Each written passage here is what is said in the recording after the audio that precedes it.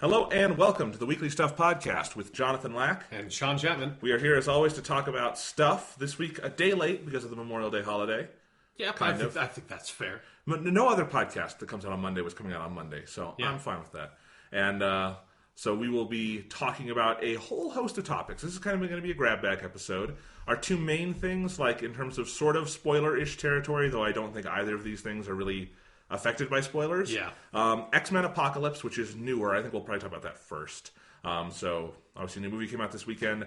I really liked it. Like, I don't think it's a great movie, but I enjoyed it way more than I thought I would. And you didn't. No, I think it's not a horrible movie. I think it's a pretty dull movie overall. Okay. So you don't...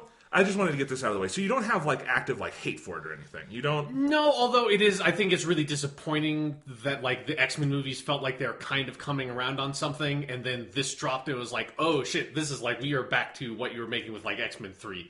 It's like... Oh, and I don't think that at all. Like, it's not as bad as X-Men 3, but it's regressed back towards that direction that the franchise used to be in.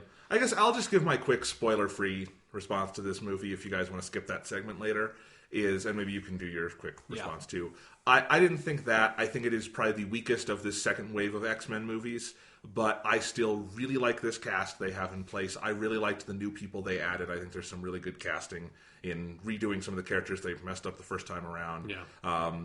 I think the story is, it basically, the whole movie feels like a long first act to like a bigger story, and then it ends kind of abruptly. And I don't normally like that. I like to find here, I think this is a movie that is much less than the sum of its parts, but those individual parts, I liked an awful lot of them. Like, there's a stretch with Magneto earlier in the movie that I really liked, where if you cut those scenes together as like a short film, I think it's a really good Magneto short film.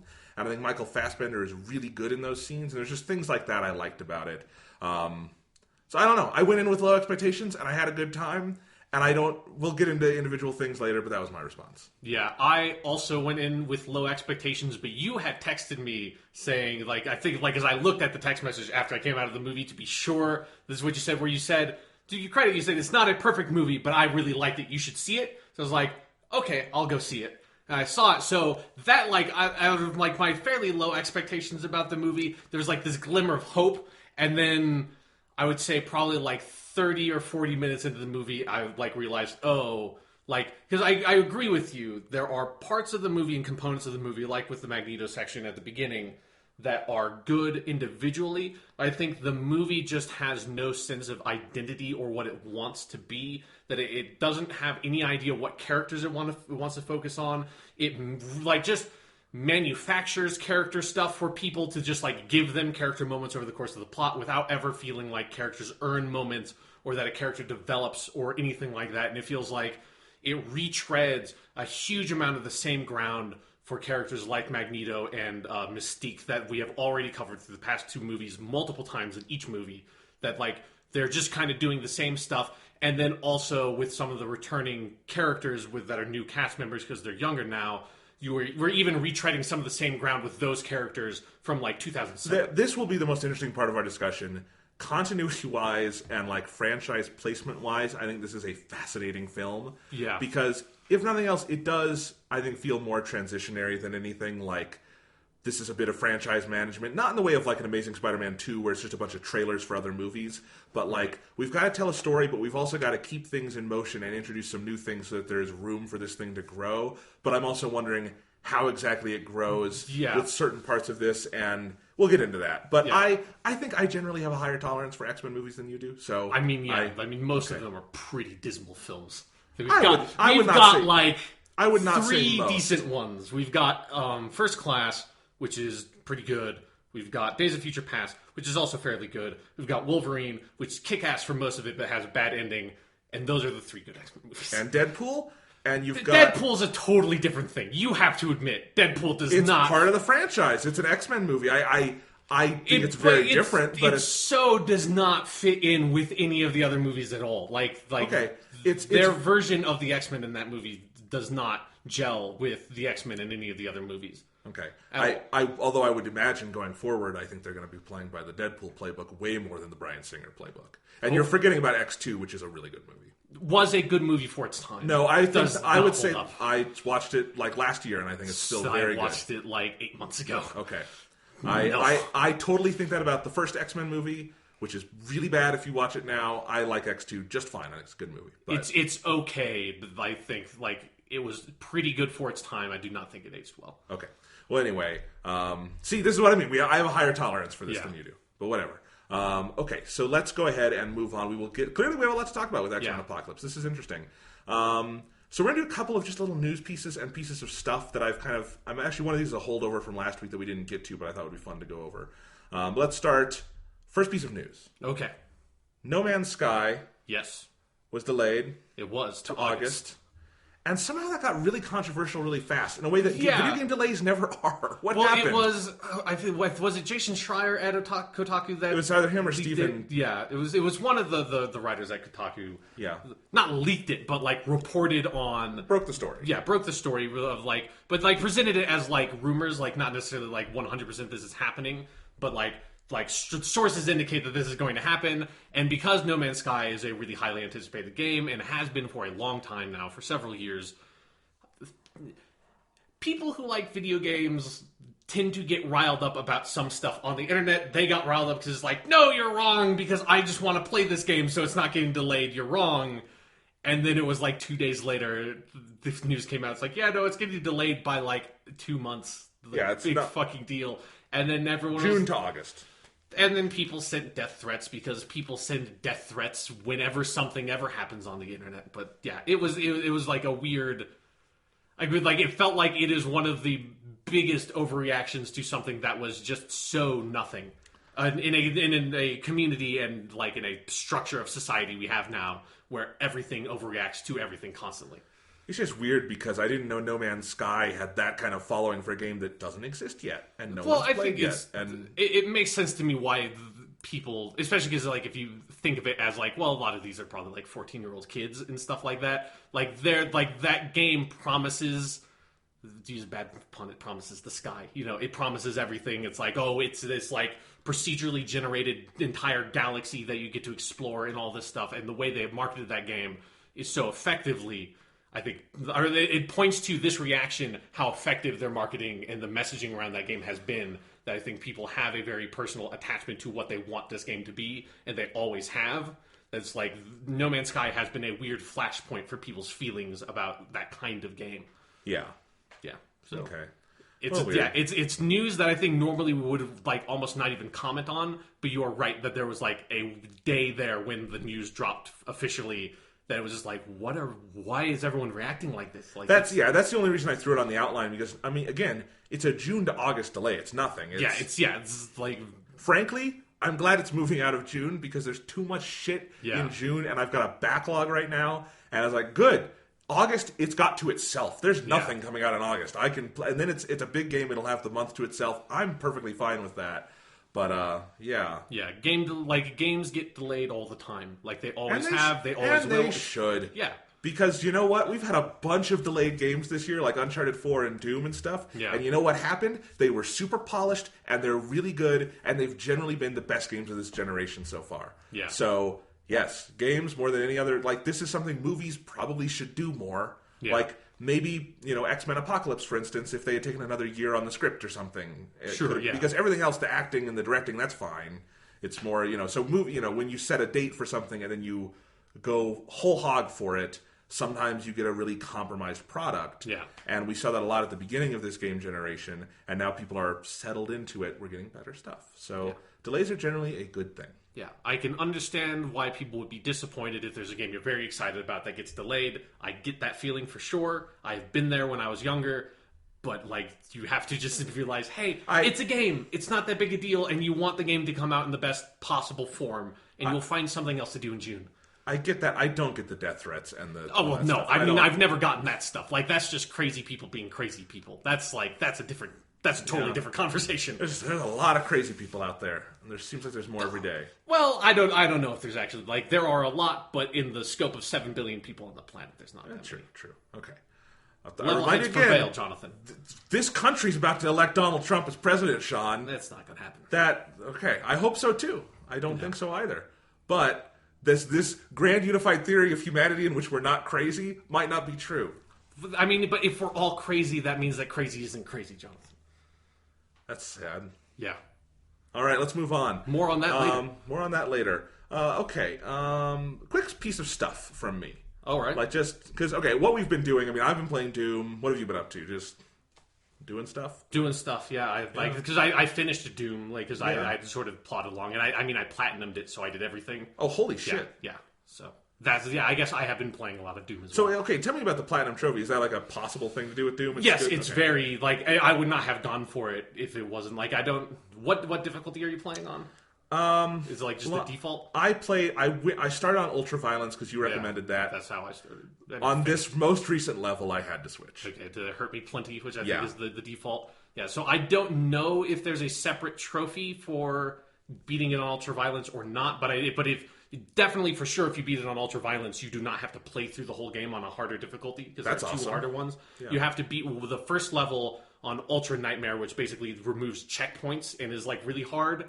But like you could beat the first level, that's fine. And it's mostly just like playing through the game and getting all the secrets gets you like 95% of the trophies. Okay, and so there's not like a giant multiplayer suite of trophies. No, you have to get like level 5 in multiplayer. I think is that could be fun. Yeah. And you have to make a snap map and do all the snap map tutorials, which takes like 5 minutes. Okay, I will probably go for this too because I'm definitely. I mean, I don't forget if I said this at the top of the show. Our other topic this week is Doom because it's great. Yeah. I want to talk about. I've been playing that. I can't wait to go back and do some of the secrets because I'm too into it to like stop and go exploring right now. But it's like Halo. I'm fine going back and like Halo being the skulls or something. Just getting to know those levels because they're so good. We'll get into that anyway.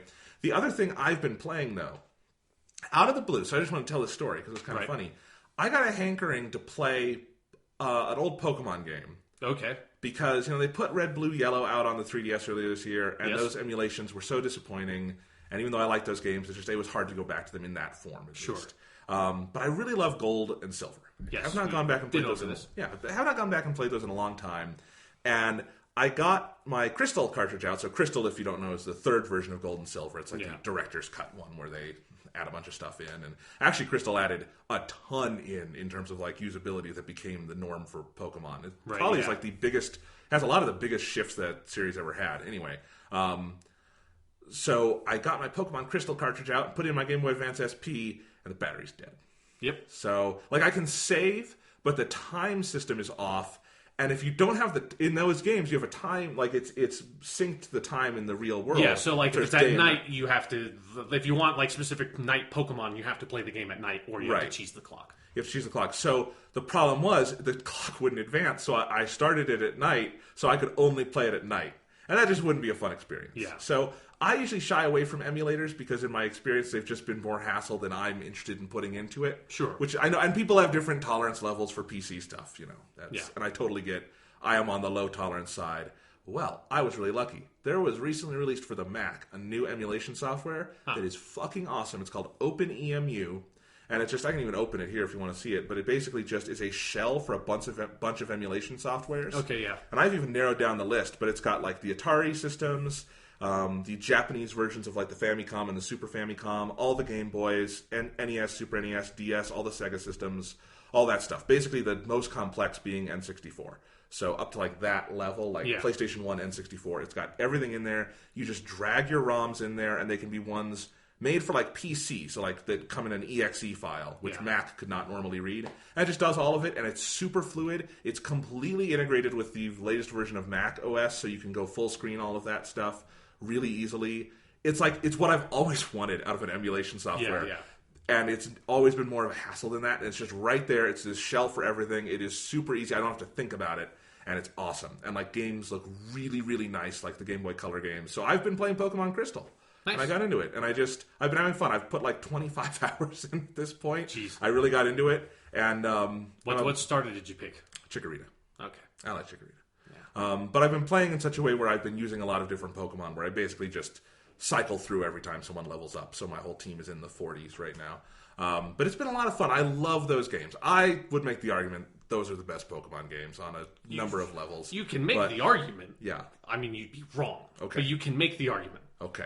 Anyway, but I just think those games, I've got a lot of notes, and I might, when I'm done with this whole project, do a little article for the site on this. Sure. Remembering Pokemon Crystal, now that we're in the 20th anniversary of Pokemon.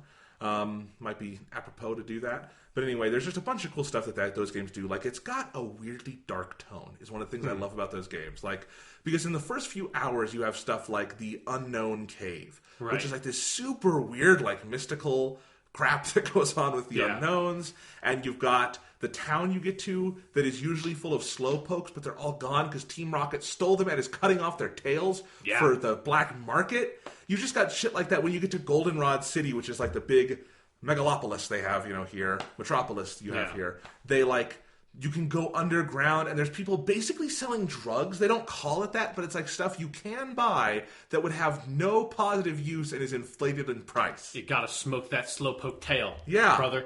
It's really interesting, the tone in that game, and I love, the whole Johto region is based on areas in Japan that, while I've never been to Japan, seeing pictures and movies I really love. Where there's lots of trees and foliage and shrines and temples. There's just shrines throughout. It's a very weirdly, religious game in how much you just get into the religion of Pokemon. And, the legendary you get in Crystal, at least, is Suicune, who comes to the tower because you have attained this level of enlightenment. It's really interesting, all that stuff. So I really like that. It's got such a great mix of Pokemon because you've got all the original ones, plus the Johto Pokemon, who are definitely the second coolest. Yes, it is the second best set of Pokemon. Absolutely. And put them all together, it's nice, because you get that extra variety. Sure, so, it's a really fun game. I've been having fun with that, just playing on an emulator that makes it so easy to do that, and I don't have to worry about that. And definitely moving forward, because I've also tried some other Game Boy games in there. If I'm ever going back to play a Game Boy game, I'm going to do it on this emulator because they run so well. It has the color features. If you have an original Game Boy game and you put in a Game Boy Color, you could run it in color in different palettes. It's got all that. Nice. And the 3DS doesn't have any of that. And that's really disappointing, I think. So, I own all these games legally. I don't think I'm doing anything wrong. I know it's technically illegal, but whatever. Stupid law. It's technically illegal in the most sort of offhand way, in that there's no law that is actually designed to discuss software emulation in that way at all. Yeah. So I don't like emulating a game I would never pay for or something like that. Yeah. Which is just called piracy, But if it's especially because Nintendo's not making money on Pokemon Crystal anymore. It's that kind of stuff too. Yeah. If you I also got some of the original Final Fantasies on there because I just want to see them that way. It's really crazy. Final Fantasy 1 on the original NES version of that game is a head trip if you've only played the GBA version. It's hilarious. Again, Square is making no money on that. Not on the original NES version. They are not selling NES cartridges of Final Fantasy anymore. Anyway, so that's my moral stance on emulation. But piracy bad, emulation is fine. Yeah. Yeah. So anyway, it's been fun. I even got a little USB controller for my computer that's like an SNES controller. Nice. So you can get those for cheap, and that's fun. And, SNES controllers are cool. Sure. For those kind of games. You can't play Yes. Doom with them, but... No. Well, you can play Doom on the Super NES, but you wouldn't want to do that. No. Super You NES definitely would not want to do that. Anyway, all right, so that's that. Just want to talk about that because I was having so much fun with Pokemon Crystal, although I've been a little sidetracked by Doom because there are not two gaming experiences more different than a old Pokemon game, which is relaxing, it's fun. Yeah. I said this one has kind of a darker tone, but it's primarily lighthearted. Yeah, it's still a kid's game. Yeah. And then Doom, which kids should not play Doom. No. Well, I mean... 15, it's the perfect age, but... Sure, yeah. I would say 13 is actually... That's, really the perfect age when, ripping open a demon's skull is the maximum amount of possible cool. All right.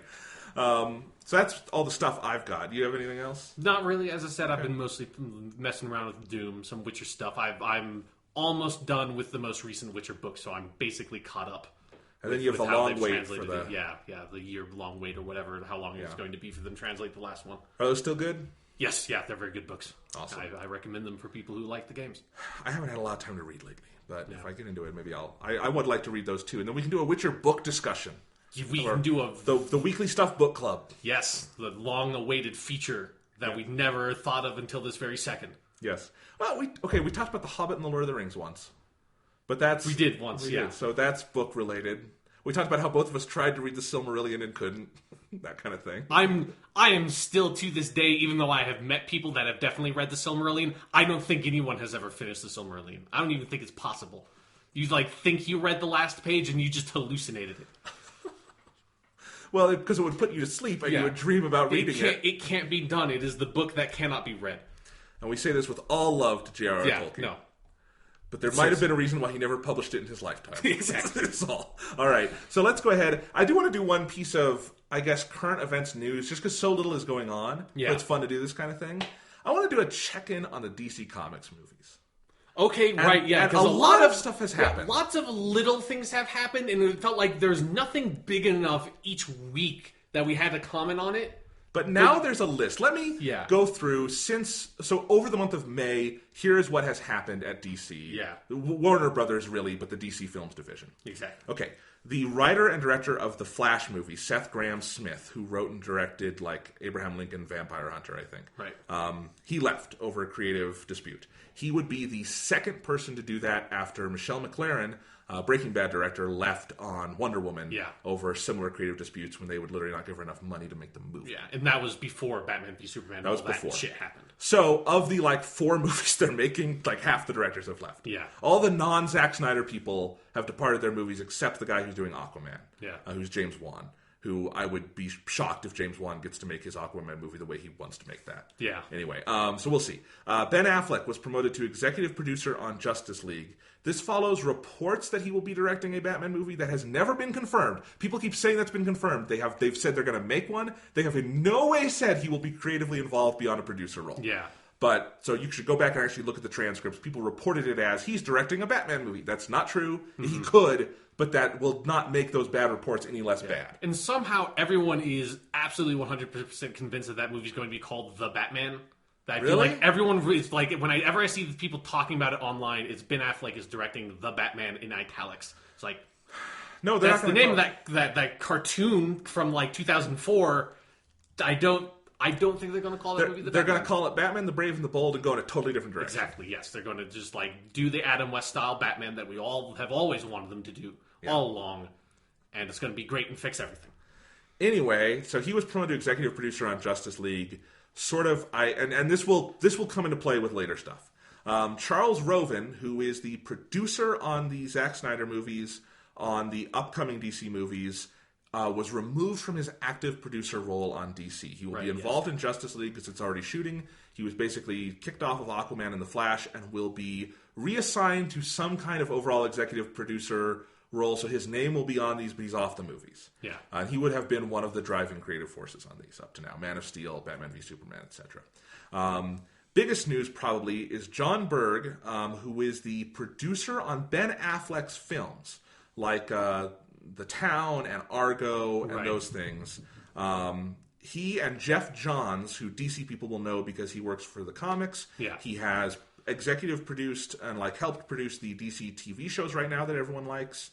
And he's currently running their new Rebirth series. Yeah. He and this guy, John Berg, will be running DC Films. They'll be overseeing what they are calling the DC Films division. Remember, up until this announcement, there was no DC Films division. There was no overhead management. It was really just Zack Snyder and Charles Roven and Deborah Snyder producing these movies. And finally, what made me want to talk about it this week is that Jeremy Irons gave an interview to the Daily Mail, I believe. I'm going to read you a paragraph, an excerpt from this interview. Yeah, go ahead. Right. I've read it, but... Yeah. Really, ambition has gone, Irons insists. I look for things that tickle my fancy. You begin to see the end of life on the horizon. You think, it's not going on forever, this. Let's make the most of what time I have left. That gives him the freedom to be entertainingly frank, starting with his most recent film, Batman v Superman, in which he played the loyal British butler Alfred. It was popular at the box office, but got an absolute kicking from critics. Says Irons, deservedly so. I mean, it took in $800 million, so the kicking didn't matter, but it was sort of overstuffed. He let those words hang in the air. Sorry. Then he coughed profusely. He might have. Then laughs at the thought of a film described by one critic as the most incoherent blockbuster in years. It was very muddled, he says. I think the next one will be simpler. The script is certainly not smaller. It's more linear. There's no getting out of it now. I'm tied into the Batman at the minute. The next installment is due next year, which is nice because it's a bit of income. So that's Jeremy Irons, star of Batman v Superman. Facing his own mortality and his role in these movies. So, Sean, can we call it a dumpster fire yet? I mean, it is... It's something that I think we all anticipated after Batman v Superman. dropped, let's call it. and like we knew that obviously for like the weeks following, while it was still in theaters and it was still like bringing in money, that Warner Brothers was not going to say anything to try to sabotage the movie's success. But I think everyone knew that the audience and critical reception to it was so astoundingly negative that, I mean, the production studio has to respond to that kind of feedback. And it's just like, and you just see that this like slow like dissolution of everything, of all the plans that they set in motion, like the great hubris that they had expressed a year or two ago when they said, we're not making Man of Steel 2, we're making Batman v Superman, we're making Flash, we're making Aquaman, we're making 5 billion Justice League movies, we're making Wonder Woman, we're making all of these movies off of Man of Steel, which was one of the most like critically divisive movies of its year. We're going to just like, based off of that platform, we're going to start this whole fucking thing. And then the next movie, at the very next movie, the second fucking movie in their DC cinematic universe, all those plans seem to be dissolving apart, and they have to like restructure everything and reconsider what they're doing. And I bet they are really, really mad that they decided to do Justice League so soon off of, and like get it like well into pre-production before Batman v Superman even dropped, to the point where they can't like reasonably back out of it. Because if Batman v Superman had come out and they had like a year more of like time of like not really that deep into Justice League, I think they probably would have pushed that movie back or canceled it outright. I think they absolutely would have, and that is a huge issue.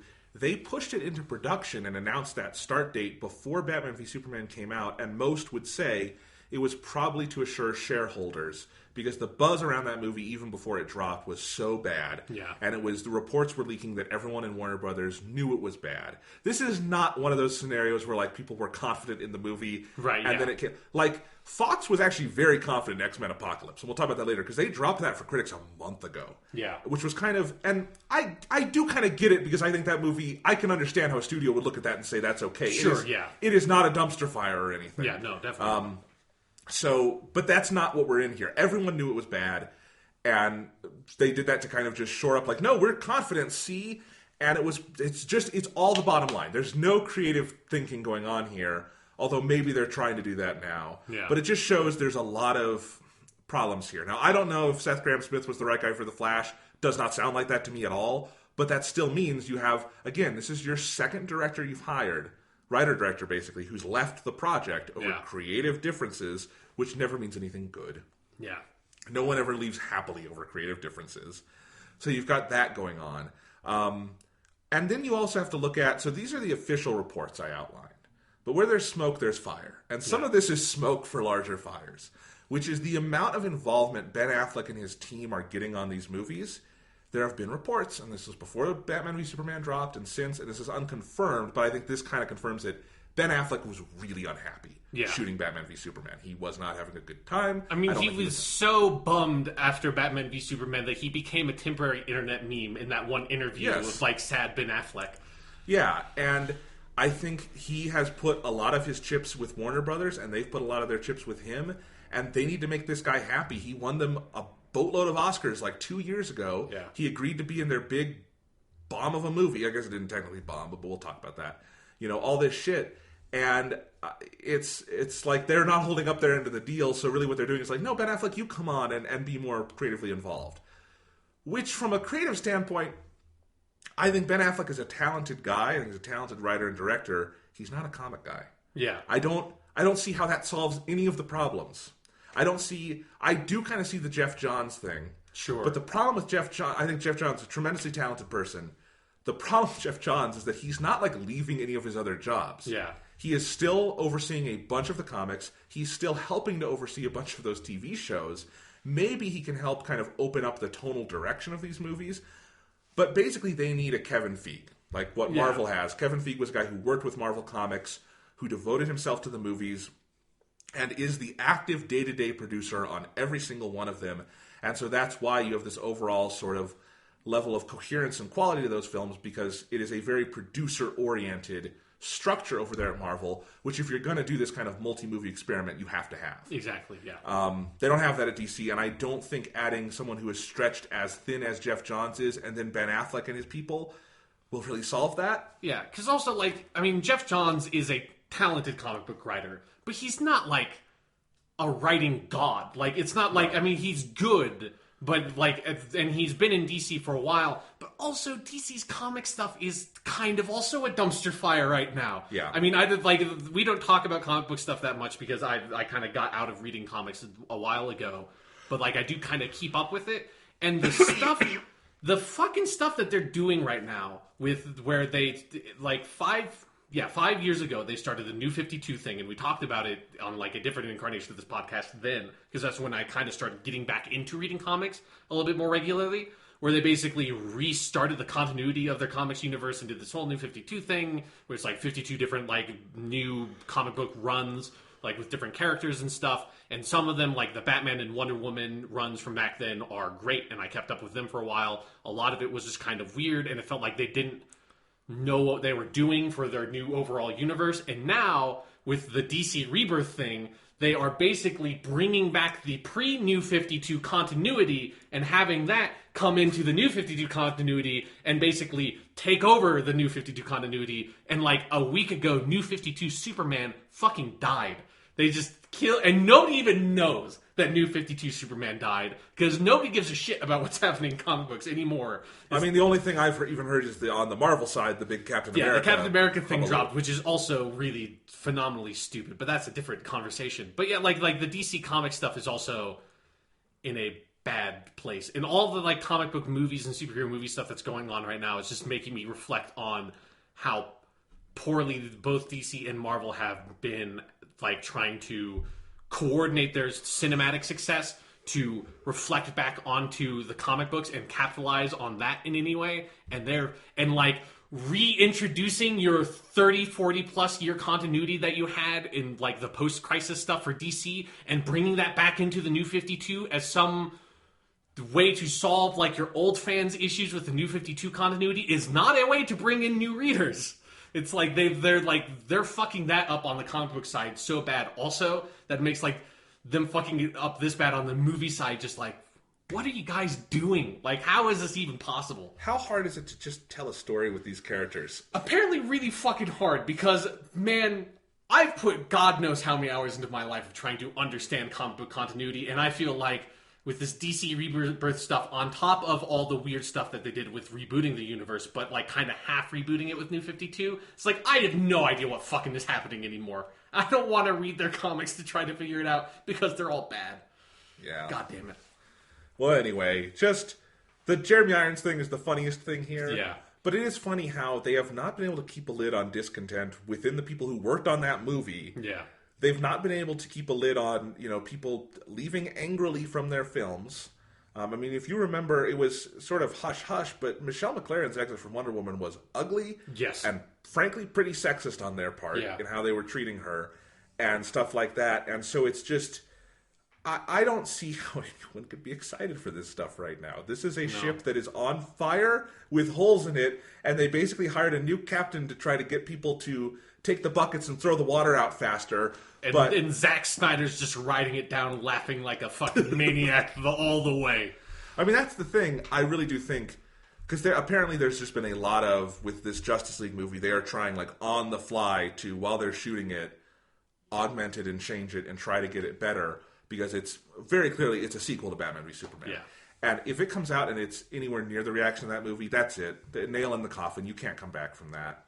That's their last chance. Yeah. Maybe Wonder Woman will be good and will engender some enthusiasm, but it's not going to be a hit on the scale they need, So we'll see. Dumpster fire. That's all there is to it. Also, saying that Zack Snyder's name reminded me of the other thing that is happening with the DC Rebirth stuff that is also phenomenally stupid. This is what has happened in comic books in, I swear, the past 2 or 3 weeks, and this is me just sort of, casually trying to keep up with that's generally going on, is New 52 Superman died, nobody knew about it. Captain America is apparently working for Hydra, and it became a meme before that comic book even launched because that twist in that panel got leaked out. I do like the meme. Yeah, the meme's pretty funny. But then also, and I feel like as far as I understand, this has not been 100% seen and confirmed as the final twist for how the continuity stuff is happening in DC Rebirth. But the strong implication and symbolism at the end of the DC Rebirth #1 suggests that the shadowy figure that has been doing this all along since the beginning of New 52, that's been fucking with the parallel universes, is Dr. Manhattan from Watchmen. They are bringing Dr. Manhattan from Watchmen into the DC universe when that is not what they've like the Watchmen universe is technically one of their like multiverse worlds, but it's never interacted with anything else because DC before had never been so stupid to do that. But considering a couple of years ago they did their like before Watchmen like spin-off anthology series with all these different comic book creators that nobody wanted them to do, nobody really liked them, nobody gave a shit about them, and now Dr. Manhattan again, they haven't shown him in a panel, but everybody, like I looked at transcripts and scans of the last couple of pages of DC Rebirth #1, and it's pretty fucking clear that it's supposed to be Dr. Manhattan. So they're at least killing Alan Moore symbolically, and they might actually kill him. Like they might just reverberate. Die. He's an immortal eldritch spirit. Like I'm pretty sure he's several thousand years old. I think his original form was like as an oak tree or something, and he left his body and like grew a human form at some point. That's what Alan Moore is. Yeah, but DC's trying their best to try to kill him and like everything about him, and just trying to destroy the American comic book industry wholesale. I don't know, but comic books are really dumb. But they should be dumb, and it's really hard to try to be a fan of comic books in any way when like the past 2 weeks have been pretty fucking rough in that regard. Yeah, it's amazing because these Marvel and DC things happened at the same time. Yeah, and it just, to someone who does not read comic books, it seems so desperate and petty. All of it. Yeah, it's just, as someone who does read comic books, it's utterly incomprehensible. I just don't know why. When like superhero movies are so popular, why you wouldn't scale back in comic books and like make it way more approachable for new readers, and instead they've just leaned way harder into the worst, most excessive storytelling trends that comic books have had since like the 90s. But yeah, that's our brief comic book check-in because I feel like that has to be addressed. X-Men Apocalypse is better than that shit. Can we agree on that? Yeah, I mean, yeah, it's not offensive. It's okay. I mean, the continuity is almost as confusing, but it makes a little bit more sense. Except, okay, well, we'll transition to our X-Men Apocalypse discussion. Yeah. Spoilers from here on out. After that, we're going to talk about Doom. I really don't think either of these can be spoiled in a way that would impact your enjoyment one way or another. It's not like Apocalypse is not Civil War where there's a big twist that alters the universe or anything. Yeah. It's an X-Men movie. They do X-Men stuff. If you like that, you might like this. If not, who knows? But let's go ahead and talk about X-Men Apocalypse. I mean, I'm at a point though where I want to preface it with this: if the continuity stuff bothers you with the X-Men movies, I get it. I totally get it. I'm not trying to belittle that. Yeah. Because I get that could just hurt part of your brain because they've invited that by not just doing a reboot at some point. Which, it's weird that this is like the one franchise we're probably asking for a reboot on. Yeah. Or if they had just, like my brother, so I went to see this with my brother, and he said, you could really justify it if they had just made it clear at the end of Days of Future Past that Wolverine had created split timelines. Exactly. That's all you, and maybe you just have to assume that. So I understand if that's a problem. And I do think going forward, it's a question that they're going to have to figure out because I think they have some really promising stuff in Apocalypse. But if they continue on the prequel route, they can't do that. Like, you can't do more with this Jean Grey if you assume the Famke Janssen Jean Grey happened. Yeah. You have to ignore, and I'm okay with you already can't do what they already did with any of those characters. I get it. But here's the thing. I find it kind of fun. And maybe it's just ironic. I laugh at the continuity stuff in these movies because it's been silly for years. It made no sense in the original 3, for God's sakes.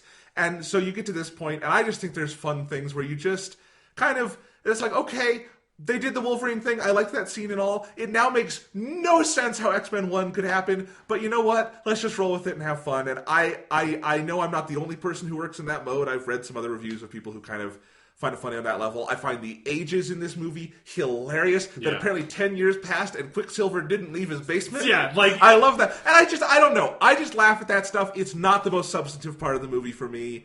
But I get why it's probably problematic for some people. I mean, for me, where it really, I think there's a couple of things. It's one, now that Bryan Singer has made the same number of X-Men movies in the new mold as in the old mold, There's something really weird where it's like the whole fucking Wolverine sequence, and we'll talk about that in more detail. But like where it's like visually clearly calling back to X2. Like they go like with like the snowy mountain like type they go to the same place, wilderness. Like it's so trying to call back to that specifically. And when you're trying to do that. It's when you're trying to reference things that we're supposed to know from the first 3 movies in what should be its own new continuity. That's the part where it's just like, why? Just stay the fuck away from it. Because that's the part where it's like, now as a moviegoer, like I need to like you're inviting me to try to think about the continuity. You're inviting me to think about like, well, how does this happen? Or when you're doing the Phoenix shit at the end with Jean Grey, which I will also talk about that more because that's another one of my problems with the movie. As soon as you start referencing these things which are that happened or were iconic elements of the first 3 X-Men movies in your new semi-new continuity, that's where it like really kind of ticks me off.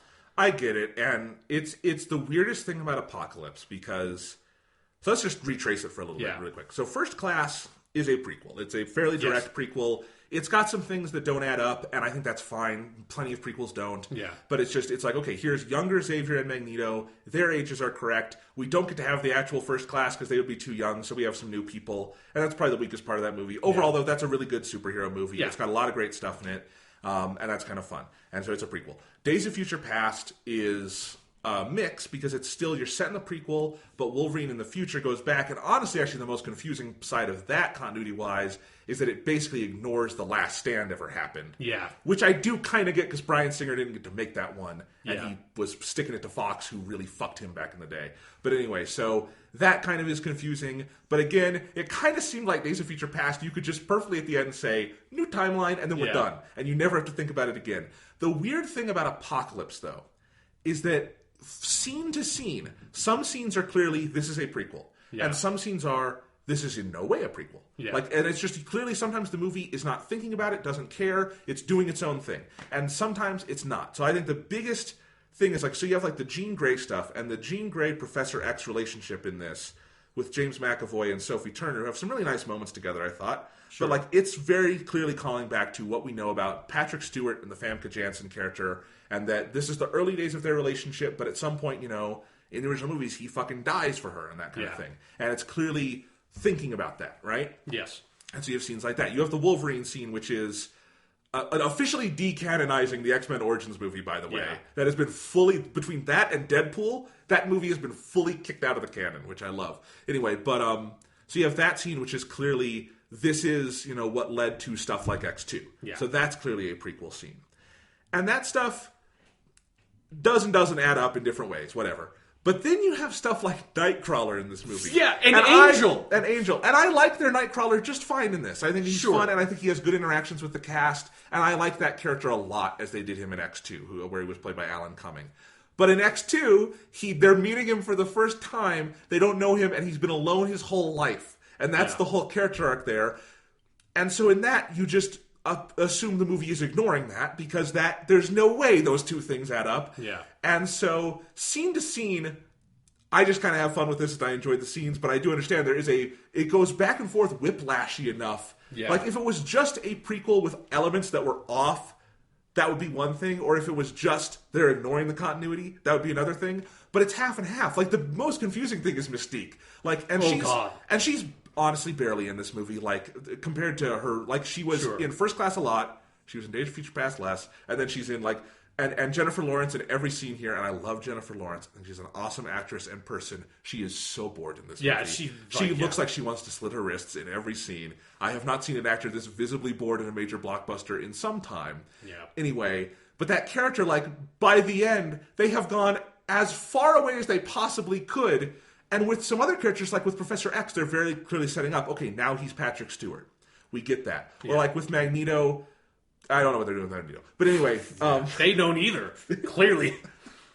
They do in some parts of this movie, though, and that's what pisses me off. But like, it doesn't matter if they do in some parts if they don't in the whole movie. And that's the frustrating thing about this movie. I think I liked almost all the individual parts in this movie a lot, and it does not add up in the end, and there's some very weird things in the end where just on a basic scriptwriting level, I thought I knew exactly where they were going with it, and then they didn't go there. But anyway, we'll get into that. So anyway, like I was saying, continuity-wise, you have stuff like Mystique and Nightcrawler. they are a different Mystique and Nightcrawler than we knew. Yeah.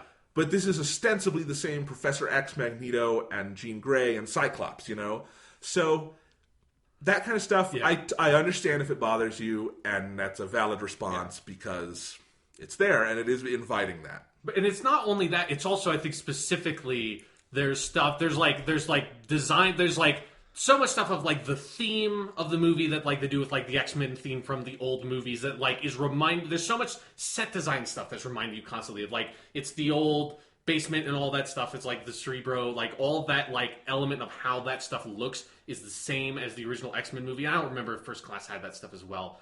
But they had the same mansion. They hadn't built Cerebro yet. Yeah, because it's those stark stainless steel hallways and stuff underneath the mansion and all that element of the design of the movie. And so it's all of that stuff that I feel they should just move past that because I think it looks bad and outdated. It looks so much like something that's set from a movie in 2000 that's trying to look cool, Matrix-y. That it's does not look good now. They should go with a different aesthetic by now.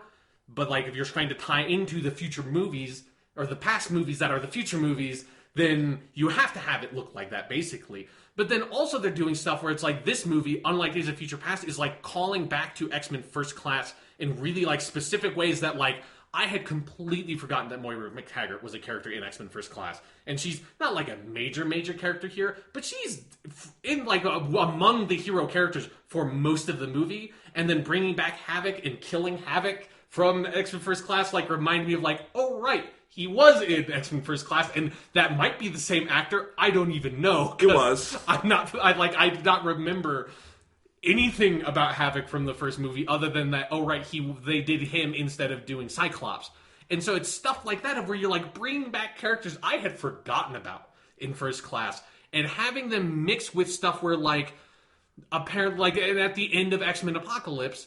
The whole, it feels they're trying to set up, well, this is how the X-Men happen, finally, really, for reals this time, with the whole, they're in the danger room, and Mystique is leading them, apparently, now, and the Sentinel-looking robot guys come out, and the X-Men door closes on bald James McAvoy as Professor X. That's, is, mimicking, a very sort of, iconic shot from the original X-Men. All that stuff is what are you doing? How are you trying to use this movie somehow as a pivot point? But then also they're probably going to make more X-Men movies that are set past this point that are not just all that stuff is it seems insane that you would do it that way. That if they dialed it back more, I wouldn't care that much. I didn't really care that much about the continuity hiccups in Days of Future Past. It was just sort of whatever to me, and I could poke fun at them as a fake criticism, but wasn't a big deal. Here, I think it's extremely distracting in the movie because it's my main issue with the movie, and this is one element of that, is that the movie feels like it has no idea what it wants to be. Does it want to be like First Class, or does it want to be like the next X-Men movies? Does it want to feel like it is a pivot point for those two things? Because for most of the movie, it didn't feel like that. And then the last scene of the movie feels 100% like the movie where it's oh, this is the movie where Professor X learned why the X-Men are necessary. Felt like how the movie ended. But nothing for the rest of the movie felt like it was really arguing about that at all. They pay lip service to it. I mean, it's they one of the pay lip service to it, but for that to be the ending moment for your film. And this is my biggest complaint with the movie, too, because it affects a lot of the things I did like. And I really do, I think we all assumed when we saw Days of Future Past, that was them saying goodbye to the old continuity. We were going to just forge ahead from now on and not worry about that. And I think everyone would have been happy. I think it was and I love that movie for a lot of reasons. I think the main thing is it's this really nice intersection point of my nostalgia for those original movies. Sure, yeah. What I really like about this new era and just kind of passing the torch. And it works really well in that way. Almost like something like, and obviously this is very different, but like Skyfall for James Bond. Sure, yeah. Where Skyfall is sort of Bond becoming Sean Connery Bond. Yeah. And they don't do it in the same way. He doesn't meet Sean Connery. Although he was going to in the original script. God damn it. I mean, they couldn't get him to do the part, but that old guy at the end of Skyfall was scripted to be Sean Connery. And then they got Albert Finney, who is just fine. Yeah. Albert Finney is not equally awesome, maybe, but he is a good choice. Anyway, so Skyfall is kind of that same thing. But it is interesting to me. Skyfall, I think, and Days of Future Past came out around the same time. I might be off on that.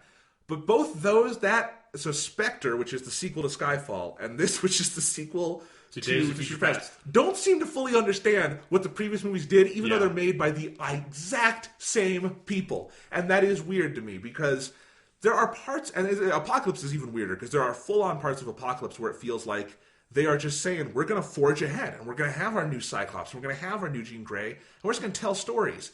And then it ties in, and it's kind of like, oh, wait, why are you bringing the old continuity back? That doesn't matter anymore. And honestly, and I liked the Wolverine sequence just fine.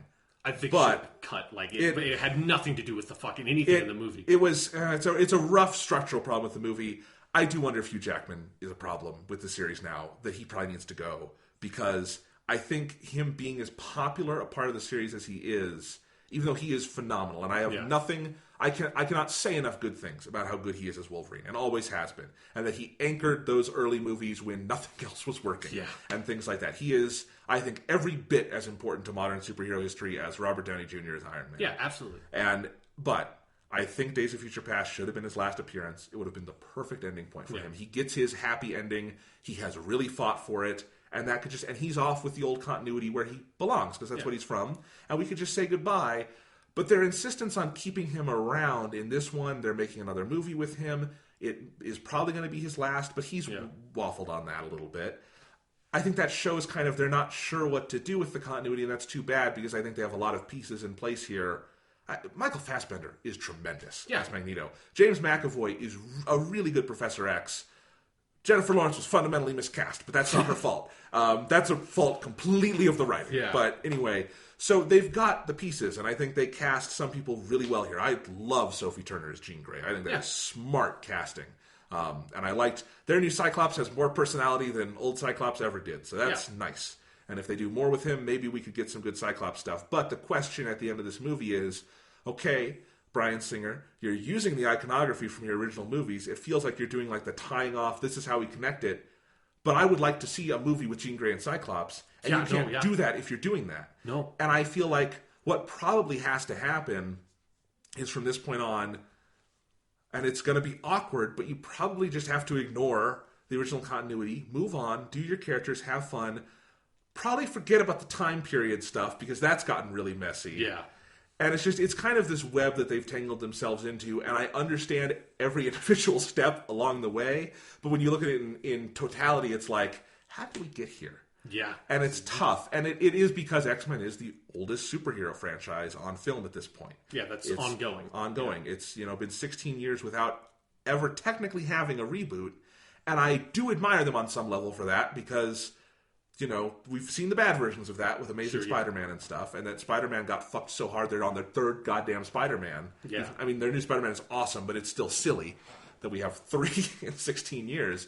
But yeah, it's a weird scenario, and it does mute some of the enthusiasm I have for parts of this movie that I really did like. Like, I really liked Sophie Turner as Jean Grey, and I like her on Game of Thrones. I think she's become a very confident young actress, and I think she's really good here, like in a way that there's a personality and a confidence to that character that they never had in the original movies. Yeah. And I do think it's fun to see Bryan Singer get to do that character in a way where she feels like a part of this universe that's not obligatory. Same with Cyclops. Like, this is the first X-Men movie that doesn't seem like it hates Cyclops. Yeah. Like, the early scenes with him are fun in just a fun superhero origin kind of way.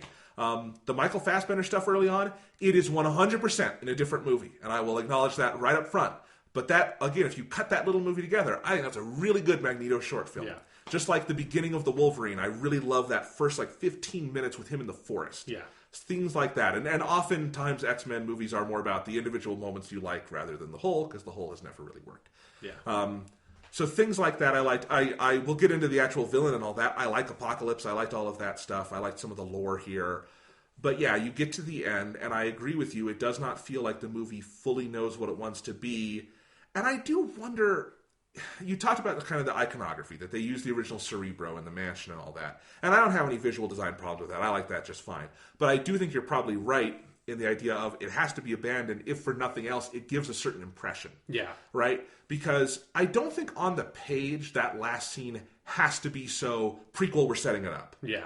Like purely on the page, especially because it's fucking Mystique leading it. It's very different. Yeah. But Bryan Singer is Bryan Singer. He can't stop being Bryan Singer. Yeah. He shoots it like a Bryan Singer movie, and he references his own work as he is wont, and most directors are wont to do. And so it creates this sense of iconography and connection that if you just look at this movie on its own, I guess it's fine, but it's hard to look at the movie on its own because it is calling back to things from a long time ago now in film years. Yeah, no, it's... Yeah, that ending of the movie, like, really, like, was, like, the killing blow for me of, like, this feels like an ending to a totally different movie, because the rest of the movie is not building up to that. And I guess let's talk about some of the stuff that you said you really liked, that I also, on its own, liked, but is also, like, the way that the movie handles it makes me kind of dislike it in retrospect in different ways. So, like, the Jean Grey and Cyclops stuff, like, I like that stuff on its own, to the, like, so much to the extent that, like, when the movie transitioned into, like, them going to get Apocalypse and all that stuff, like, I felt like, God damn it, why are we in this movie now? Why can't we be back in the movie where Cyclops, Jean Grey, Jubilee, and Nightcrawler all get in a cool, old-fashioned car and drive to the movie theater and watch Return of the Jedi and skip class? Like, that's the X-Men movie I fucking want to see, and you get, like, 8 minutes of it total in this whole fucking, like, 2 hour, like, 23-minute long movie. Like, you get such a tiny sliver of it that, like, Jean Grey and Cyclops are never given time to feel like they develop into characters or have any real character arc. There's, like, lip service paid to, like, I'm Cyclops and I can't really control my powers, and I'm Jean Grey and I can't really control my powers. And in the last fight, they both fight Apocalypse, but and they're effective in the last fight. But it doesn't feel like they went on some sort of journey where they learned how to use their powers and became self-confident over the course of it. It's like they just say, this is what my character is, and then at the end of it where they say, I am now improved. But you don't actually get any of the story and the narrative along the way to justify that character evolution. It just happens. Because there's no time in the movie for anything to just, like, naturally progress, because it's juggling so many characters and so many subplots with Quicksilver and Magneto and Apocalypse and Xavier and Moira McTaggart and Mystique and Cyclops and Jean Grey and Nightcrawler and Psylocke and Archangel and Storm and, like, there's so many characters and so much fucking bullshit going on, just like X-Men 3 and the old Bryan Singer X-Men movies, that's like, there's no time to sit down and be like, who is Cyclops? What makes him really interesting? You only get that brief snippet, and what's so tragic about it is that brief snippet at the beginning is really interesting and feels like if we had a movie that was about Cyclops, like, discovering his powers when he's in high school and, like, that sort of traumatizing him, and him, like, his brother sort of, like, taking him over to the Xavier School for Gifted Youngsters, and he starts studying there, and he meets Jean Grey, and they, like, they start to fall in love and stuff, and it's like a sort of high school story that then maybe there's some bigger stakes that happen along the way in a larger fight. That's an interesting X-Men movie where you can focus on a character and a small cast of his friends and stuff around him, and that would be a fine X-Men movie. Instead, it feels like they took, like, an idea for that kind of movie and put it in a handful of scenes sprinkled across this one. So that's my problem with the Cyclops and Jean Grey thing. Oh, well, can I say something on that? Yeah. No, and I agree with that, because I really like those scenes too. And evidently someone at Fox does too, because the next movie they have an active production for X-Men is they're making a New Mutants movie. Okay, based on that Chris Claremont arc from the, I think, 80s. Yes. Yeah. And I know they're going to use the mutants from that arc, but they also want to bring in some of this younger cast like Jean Grey and Cyclops. And I think that's probably really smart. I think that could be a really good movie if you go smaller scale. James McAvoy can kind of be the elder statesman there to just kind of be the teacher, like Patrick Stewart used to be, but you can just focus on the kids. And it would not surprise me if they looked at those scenes and said, this is good, we could do something with this. And it also speaks, though, within this movie, though, to the larger problem the X-Men franchise on film has always had. Yeah. X-Men is a TV show. X-Men is a comic book. Yeah. X-Men is not a movie series, because when you do an X-Men movie, movies have to have a center. And X-Men just doesn't really have that center. It is an ensemble, pure and simple. Yeah. But unless you choose that ensemble really carefully, and they've never really gotten it perfect in these X-Men movies, it's really tough to do. There's a reason why Deadpool, if you include it in the larger X-Men cinematic universe, is probably the most enjoyed one by audiences, because it's one character and you can do that really well and just drill down and do a 90-minute Deadpool movie. They're never going to give $200 million to make the X-Men movie that is just young Cyclops and Jean Grey hanging out at school. Yeah. As good as that would be. And so it has to become maybe a spin-off kind of thing. So it's serving too many masters, and I do think Apocalypse, if nothing else, kind of winds up showing the limits of what they can do with X-Men on film, at least in this kind of conventional model. Yeah, but like I think what's so frustrating about it is that it felt like, well, X-Men First Class was not perfect in that regard, and a lot of the actual first class of X-Men were not particularly interesting characters, like Havoc.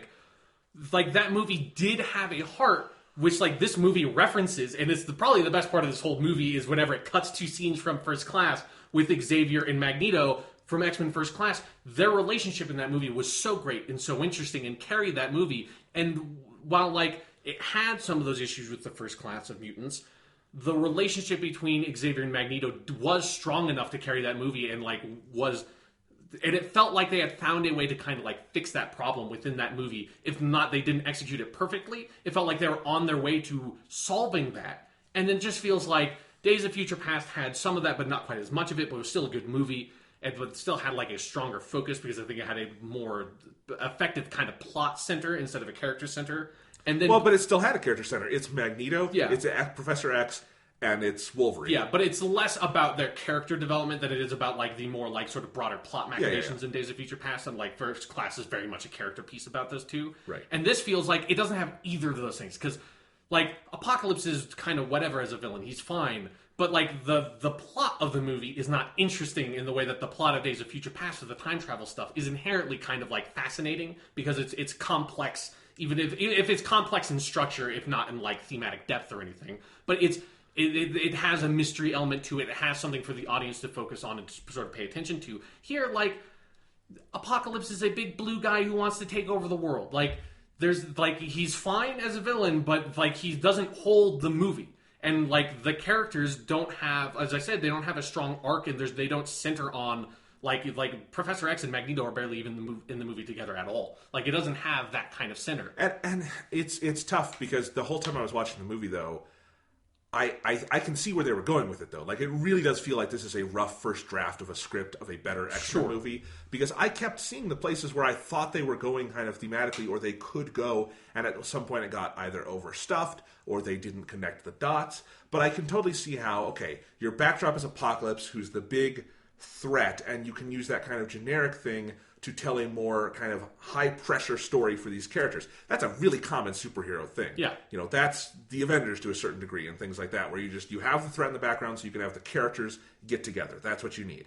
And I can see them doing that because you could have Professor X kind of, as you say, if the story is this is him figuring out how to form the X-Men and stuff, that's fine to tell us a story if you commit to it and actually do it. They don't really do that. With Magneto, it's Magneto figuring out, okay, I am done with humanity, fuck these people, and he's going to side with Apocalypse because you understand why he would do it in that moment. Yeah, sure. And if you fully followed through on that and basically turned him into Ian McKellen at the start of X-Men 1, then that works as an arc for me. I totally think it does, because where we've left him before, he's not there yet. He's never quite been there, but then kind of back off on that. The most baffling thing in the whole movie on that level to me, where you can clearly see there were dots that were never connected in the script, is the Quicksilver stuff. Yeah. And I love the Quicksilver scene in this where he's going, I think it's a fun callback to Days of Future Past. I think they had fun with that. I think Evan Peters is good, and I wish they would, again, give him more to do, because I think he's good in these. But anyway, they're doing the thing, Quicksilver, as in the comics, is Magneto's son. Yeah. Okay. Very conspicuously does not have a twin sister this time around. Yes. Well, they can't. I thought they were kind of suggesting that Magneto's daughter who gets killed is supposed to be Scarlet Witch. But her powers are totally different. Okay. I don't know if there's a character like that in the comics or not. Okay. Well, anyway, but let's see. So what was I going to say? So Quicksilver, he's Magneto's son. Okay, let's see where they go with this. Yeah. They don't go anywhere with it. Nope. It's really weird because what I thought they were setting up is Magneto loses his family in the beginning of the movie. Quicksilver goes to try to meet his dad and kind of redeem him. Okay, interesting character motivation. That can work on a script level. And he goes to Egypt with everyone, and he and Mystique are the ones who go to save Magneto because they have kind of the clearest relationship with him. Yeah. And Charles is off. He's been kidnapped. Yeah. So he's going bald. Yeah. Which I love that the whole movie basically is an origin story for his baldness. Sure, that's what we're to use. So we have that. He goes to Magneto, and I thought he was going to say, I'm your son, and that would make Magneto realize, okay, that's why I have connections. I'm not going to kill my son. There is hope for me, and we could do that. Now, I think that would depend on the execution, because that could be really bad or really good, depending on how you do it. Yeah. But the weird thing is they don't do it at all, and so you just leave that dangling, and I don't understand why Magneto stops doing what he's doing. I don't fully understand his motivations, and I really don't understand why Professor X forgives him in this one, because he kills an incredible amount of people in this movie. It's not even just in this movie. Like, he's killed hundreds of thousands of people just in these ones. Like, yeah. Not even, like, obviously you can't take in X-Men 1 through 3 yet, but... yeah, he's killed a lot of people at this point. And really how the movie ends is him and Xavier just giving him a standing invitation, like, we're buddies, you can come back whenever. Yeah. And again, it's that weird thing of, like, the movie at the end wants to be the connecting piece, and yet it's moved Magneto and Mystique specifically way far away from who they were in the original movies. So, and again, that's where I just say the dots being, because those dots, individual dots, I like. And I think Magneto starts out with such a strong and compelling character arc in this, and it goes nowhere, and that's very strange to me. Yeah. And I guess for me, like, my problem with the Magneto stuff is, while I think that the scene at the beginning of him with his family and him losing his family, it's well made and interesting on its own. Seeing as a piece of his character through these 3 movies, from First Class, Days of Future Past to here, it just feels like, God damn it, they have no idea what they want Magneto to be anymore. Because it feels like he is just constantly waffling between, I'm evil, but, like, I can still be redeemed, and I'm kind of okay, but I'm evil, and I can be redeemed, and I'm kind of okay, but I'm evil, but I can be redeemed, and I'm kind of okay, and I'm evil. And it's the same thing that they have Mystique do, where it's like, I don't want to embrace my mutant powers. I'm going to embrace my mutant powers. I don't want to embrace my mutant... I'm going to embrace my... I don't want to. Okay, I guess I'll embrace my mutant powers. Like, both of those characters have, like, done that exact same thing, like, 2 or 3 times in all of these movies. And it's like, it was fine in First Class, because the first time it did it, it was just their character arc. It was, like, slightly repetitive in Days of Future Past, but it wasn't the focus, so it was okay. They also pretty firmly at the end of that movie, he's the bad guy at the end, he is the antagonist, and he and Xavier do not make nice at the end of that one. And then at the beginning of this movie, he has somehow, like, managed to just sort of disappear, have a family, and lose his family. And, like, that while that's, like I said, it's compelling as, like, this, like, short film or something, taken as something that his character, like, his part of his character arc, it felt incredibly cheap to me, of just, like, he just, like went to the woods and just had a family out of nowhere off screen in between these 2 movies, and then they just die so he can be evil again, because we need to give him a reason to be evil again. It's like just fucking let Magneto be evil at some point. Like, trying to keep, like, force him to be sympathetic all the time just feels like a really cheap narrative move that, like, is so completely unearned. Like, there's nothing about his characterization to me that felt like, oh yeah, of course he's going to go off into the woods and have a family, and this random woman's going to be okay with shacking up with the dude what killed tens of thousands of people last movie. Like, that, it's just, that seems so manufactured and ridiculous to me. And I get it. It's again something I'd be okay with if they, or I would enjoy more if they fully followed through on it. Yeah. You know, if he ends this movie, and again, this is the weird thing. In the original 3 X-Men movies, the character Ian McKellen plays is bad. Like, there is there are things where he is empathetic, he is sympathetic in some cases, we understand why he does what he does, but he is never not the antagonist. Yeah. Like, he briefly teams up with them in X2, and then at the end he tries to kill every human on the planet. Yeah. Because that's what Magneto does. Mm-hmm. You know? And I think that is one thing. They had that character right, start to finish, in all 3 of those movies. My favorite parts of The Last Stand are the Magneto stuff. It's great. They knew what to do with him. And I do agree. At this point, it seemed like they did know what to do with Michael Fassbender in the first and second movies. You get to this one, and half the movie I thought they knew what they were doing with him, and then it goes nowhere, and that's where it shines back, and I agree it can feel cheap that way. Because, again, I'm okay with, if we're taking the 10-year time jump seriously, and we'll talk about that in a minute, and you say, okay, he had a bad day in Days of Future Past, he's trying to just completely distance himself from all humanity, learns he can't do that, and that's when he goes full supervillain. Okay, that's an arc over 3 movies. I can accept that, and if this was the last push we needed, whatever. It's well played by Michael Fassbender. I thought it was well directed. I'm okay with that. But it's really not. It's a minor arc within this movie, and ultimately his big moment is saying, no, I betrayed them. And it's like, I don't believe that, Magneto. You don't like them. Yes! 2 movies ago you did that, buddy. Yeah. After you did that, you're kind of not in a position to betray them anymore. It's been like 20 years. Yeah, so let's talk about the time jump stuff. Okay, It's hilarious. Because, okay, the character's not visibly aging. I can write that off by they're mutants and whatever. Sure, Not that that's an actual power. No, they're just, not all Wolverine. They don't all work like that. You racist. I know. I'm just joking, but you can do that. The weird stuff though is when they bring Rose Byrne in as Moira McTaggart. Yeah, normal human looks identical because Rose Byrne is only 5 years older or whatever. Yeah. She doesn't look any different, but Moira McTaggart would ostensibly be like in her late 50s at this point. Apparently, in between this movie and First Class, she got married and had a kid and was divorced. I feel like that would put some age on anybody. Yes, so everyone's supposed to be 20 years older from First Class. Like, the funniest one to think about... Okay, so I'll get to there in a second. Yeah. So back to Moira McTaggart, though. So that means Professor X has been crushing on this woman that he erased her mind for 20 years. Yeah. And now goes back, and it's like no time passed.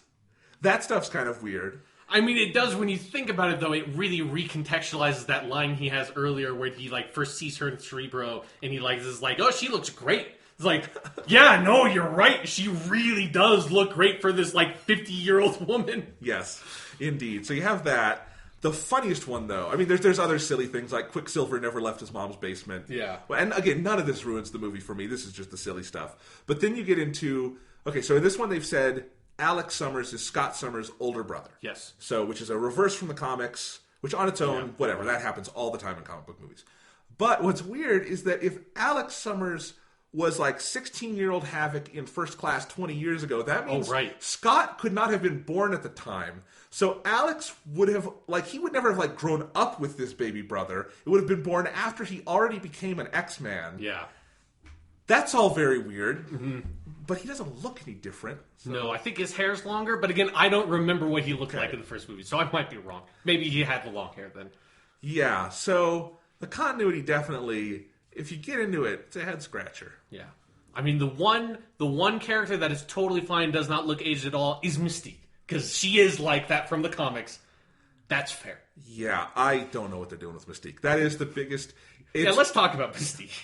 It's been consistently the weak spot in these three new movies, which overall I've liked. But it's been consistently getting a weaker and weaker spot, I would say. Because it's just like... And again, I don't inherently ever want to jump into it's not like the character we know, but it's so far away you can't not have that conversation. And above and beyond that, though, even if you just take her on her own, pretend there is no comics, there is no other Mystique, she makes no sense as a character in these movies. No. In part because Jennifer Lawrence does not want to be there. I feel like she's been in each one less. She's had less of... I guess in Days of Future Past, she has a major role in the plot. She became like the mutant messiah at the end of Days of Future. I completely forgot that she was that important. Yes, she is important in that one, and I think that's probably the best they've used her in these movies so far, but it's still confusing. And then you get to hear, and she has no inclination towards being a bad person. Yeah. She has no inclination towards really being all that mysterious. She doesn't shapeshift. She barely is ever blue. All these things, so it's like she's basically, honestly, Bryan Singer redoing his version of Rogue, of someone who doesn't want to be a mutant but is and is reluctant. She has more in common with that, and not that Rogue has anything to do with the Rogue from the TV show or comics, but like, so it's a character who doesn't really make sense, and especially if you consider there was a character named Mystique who was very prominent in the first three movies directed by Bryan Singer. Yeah. This character has zero resemblance. No, not at all. The color of the paint, that's the only thing. That's the only thing. And so it's very confusing, especially when you end and now she's the leader of the X-Men somehow. None of it makes sense. Like, watching this movie felt like Bryan Singer listened to our podcast where we talked about X-Men First Class like 5 years ago, where I talked about how like it really annoyed me that they took the Mystique character, who's this really awesome, like, mysterious villain from the comics, and like they made her this character that you knew everything about because you saw her at her childhood, and made her like this like erstwhile good guy and all this stuff.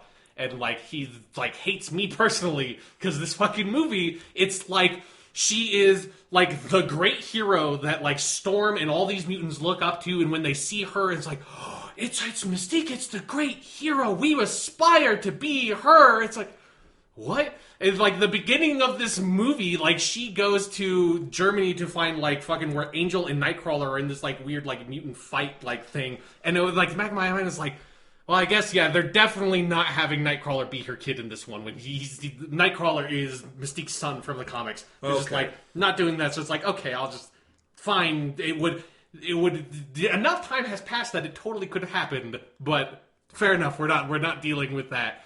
And then then they do the whole stupid thing where she's like, for the fifth fucking time, she decides I don't want to I just want to look like Jennifer Lawrence all the time. I don't want to embrace my mutant identity, to the point where you're right. There is only one time in the entire movie at the very beginning with the Nightcrawler stuff where she ever shapeshifts into anybody else. She is either Jennifer Lawrence or in the blue paint for the entire movie. And very briefly. Yeah, it's like, you practically don't even see it. It's like a half-second shot where she becomes like a security guard or something. Says, "Oh, they're over there," and then she turns back, and that's it. Like, if you blinked during that scene and you had never seen any other X-Men movie, you literally wouldn't know that her power is to shapeshift into other people. You would know that her power would be to become blue. That would be her power, right? And her default state is probably Jennifer Lawrence. The thing is, I can totally believe that being a shitty D-list X-Men. He becomes blue. I mean, there's a lot of blue people in this movie. There's Mystique, there's Beast, there's Apocalypse, and there's Nightcrawler. It's like Fox heard all the discussion about whitewashing in Hollywood and how there's not enough representation for minorities, and nobody told anyone that normal people aren't born clothed blue. Because there's a lot of minority girls in this movie. There's 4 blue people. Avatar is just game changing. Yeah, exactly. Yeah, it really broke the barriers down. Avatar is the Spike Lee movie of blue people. Exactly. All right. Anyway, yes. But yeah, fuck how they use Mystique in this movie. She ends this by becoming the leader of the X-Men. She is Mystique. She's one of the most recognizable villains in all of X-Men. It's Magneto, it's Mystique, and it's fucking Sabretooth, and then it's Apocalypse. How did somehow Mystique become... She's occupying the Cyclops role of the team. How the fuck did that happen? How have we come so far when I can watch a fucking Marvel movie that has Captain America, Iron Man, Ant-Man, Black Panther, fucking Spider-Man, Black Widow, Hawkeye, the War Machine, every fucking superhero you can imagine, and all of them are basically represented more or less faithfully from their core elements from the comics. And then I go watch an X-Men movie that is the 8th X-Men movie, and they have gotten further away from how to portray Mystique in a way that feels faithful to her character from the comics. How are we still doing this? It's very strange with Mystique, especially because even if her origin would have been off and demystifying her in First Class, Matthew Vaughn, who directed and wrote that movie, was clearly setting up for her to become the evil Mystique we knew. She ends that movie by joining up with Magneto. It's the end of that fucking movie. And so, weirdly, it's Bryan Singer who clearly made the decision to go on a different road with her. That's true. And that's weird. That's the weirdest part. And I don't know where it comes from. I think a lot of this is Jennifer Lawrence's reluctance, and I don't want to put it on her. I don't want to say she's wrong or anything, but clearly you have an actress who doesn't want to be there, doesn't want to be in the blue paint. You have to write around that. Why not write her out? Honestly, this movie would be so much... And as much as we talk about it, she's not in it much. She's there, but in terms of actual lines of dialogue and plot function, she barely matters to this movie. But it feels like the movie constantly is referencing her and that's even when she's not there. So, but I'm saying I think you could write her out very easily. Mystique is off doing something else. Focus, and then you could have the movie end with Cyclops giving the speech, or Jean Grey, both of them together. That'd be fun. Yeah. And have them play that role and kind of be the new young leaders of the X-Men. And that would play so much stronger. So it is this weird... It's like they made decisions 3 movies ago, and they never figured out how to write around that. Yeah. And so, it's bad franchise management at that point. With the blue people... Yes. I want to say on a production level, I love that it's still all makeup. I do like the look of everyone. And Apocalypse, I know he's not the most exciting villain in the world. I did like him here. I thought Oscar Isaac was a good choice for that. I thought he did good work. I enjoyed kind of his... And it's another thing that I almost wish we got more of, a more Apocalypse-focused movie, because I thought his whole thing of him fully believing he's a god and trying to convert people to his cause and all this, I found him kind of an interesting, charismatic villain in that mold. I really loved the opening scene in Egypt, which was just kind of craziness, and I thought, well, that's kind of something I haven't seen before in one of these movies, so that was fun. So I liked him. I liked some of the scenes of him going and getting his followers and stuff. I really liked the makeup on Apocalypse and how they depicted some of his powers. Yeah. There's a lot of cool visuals in this movie. But I don't know how much there even is more to say. It's a movie with some good parts, some very good parts, even some promising things that does not cohere, and your level of tolerance will vary. Clearly. Yeah. No, but there's other, just to mention some of the other things that kind of bugged me in a weird way. It's that X-Men problem where it feels like every single X-Men movie just is weirdly compelled to throw in like 5 more mutants than they need. That they have the 4 Horsemen of the Apocalypse, which that's the thing, and but like there's something that's sort of, it's like Psylocke is there, played by Olivia Munn, and I almost burst out laughing in the movie at the end after the big climactic battle is over, and it like cuts to Psylocke, and she's like standing behind some fire, and some sinister movie plays, and she slinks off into the darkness. Like that's a setup for the next movie where it's like, oh no, Psylocke survived, and she's gonna be. It's like she has like 2 lines of dialogue in the whole movie. She does nothing. She has no character. I don't know much about Psylocke from the comic books, but I know enough to know that's like.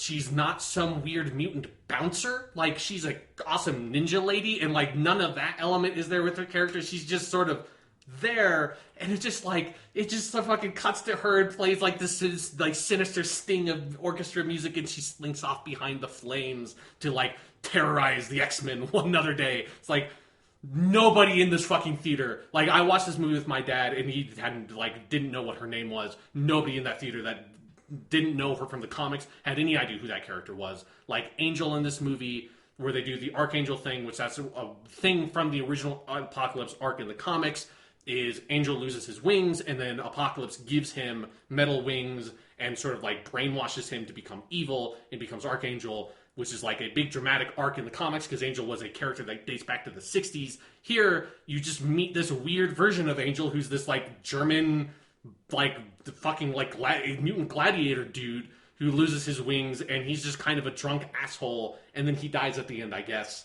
and that's kind of it. And then Storm, that's another one where it's like, when the fuck does Storm become Storm from those other X-Men movies where she feels like she does not. She's just sort of thrown in there because she's a popular X-Men character who's also not a villain. No, and I liked the actress. I think if they continue, she's the right actress for Storm.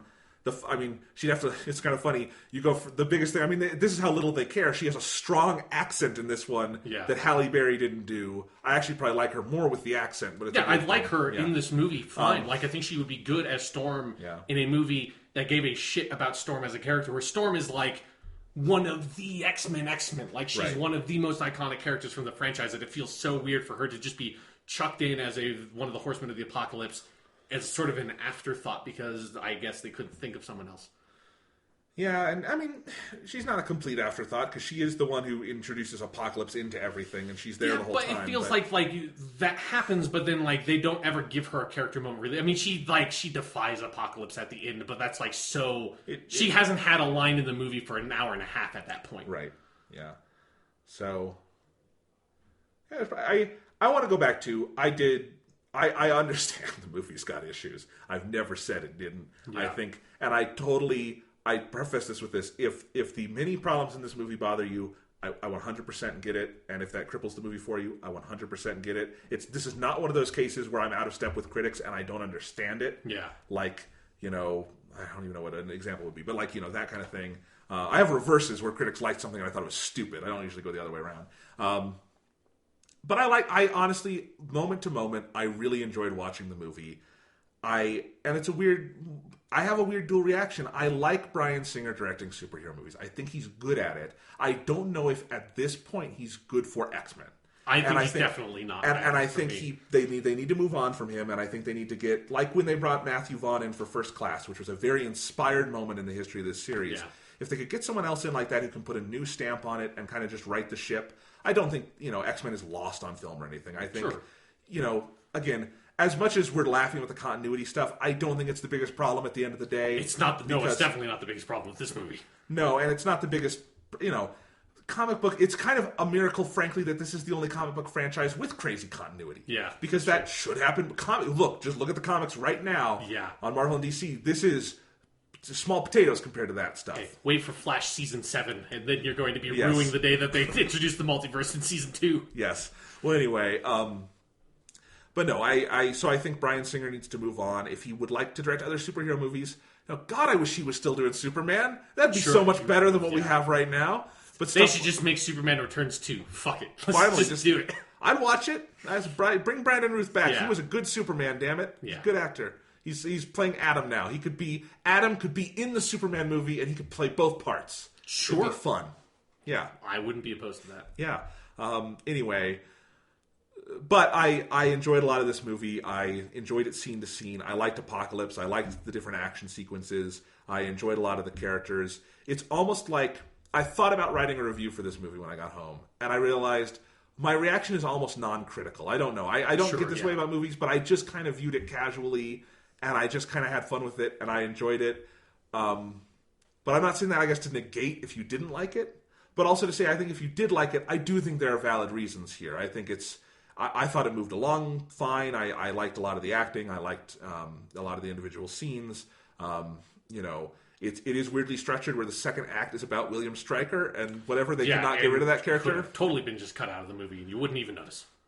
I guess not. But anyway, that's X-Men Apocalypse. Weird conflicted reaction. I'm sorry, I saw this movie earlier today, so I'm still coming off of it. Okay. So I'm still thinking of stuff that I had an issue with, and the last thing I will say is, God damn, at the end of the movie when they do the Phoenix stuff with Jean Grey again, why? They already did it. They already ruined the character. Fucking shit. Just why does everything involving Jean Grey always have to be the fucking Phoenix Force? Just don't do it anymore.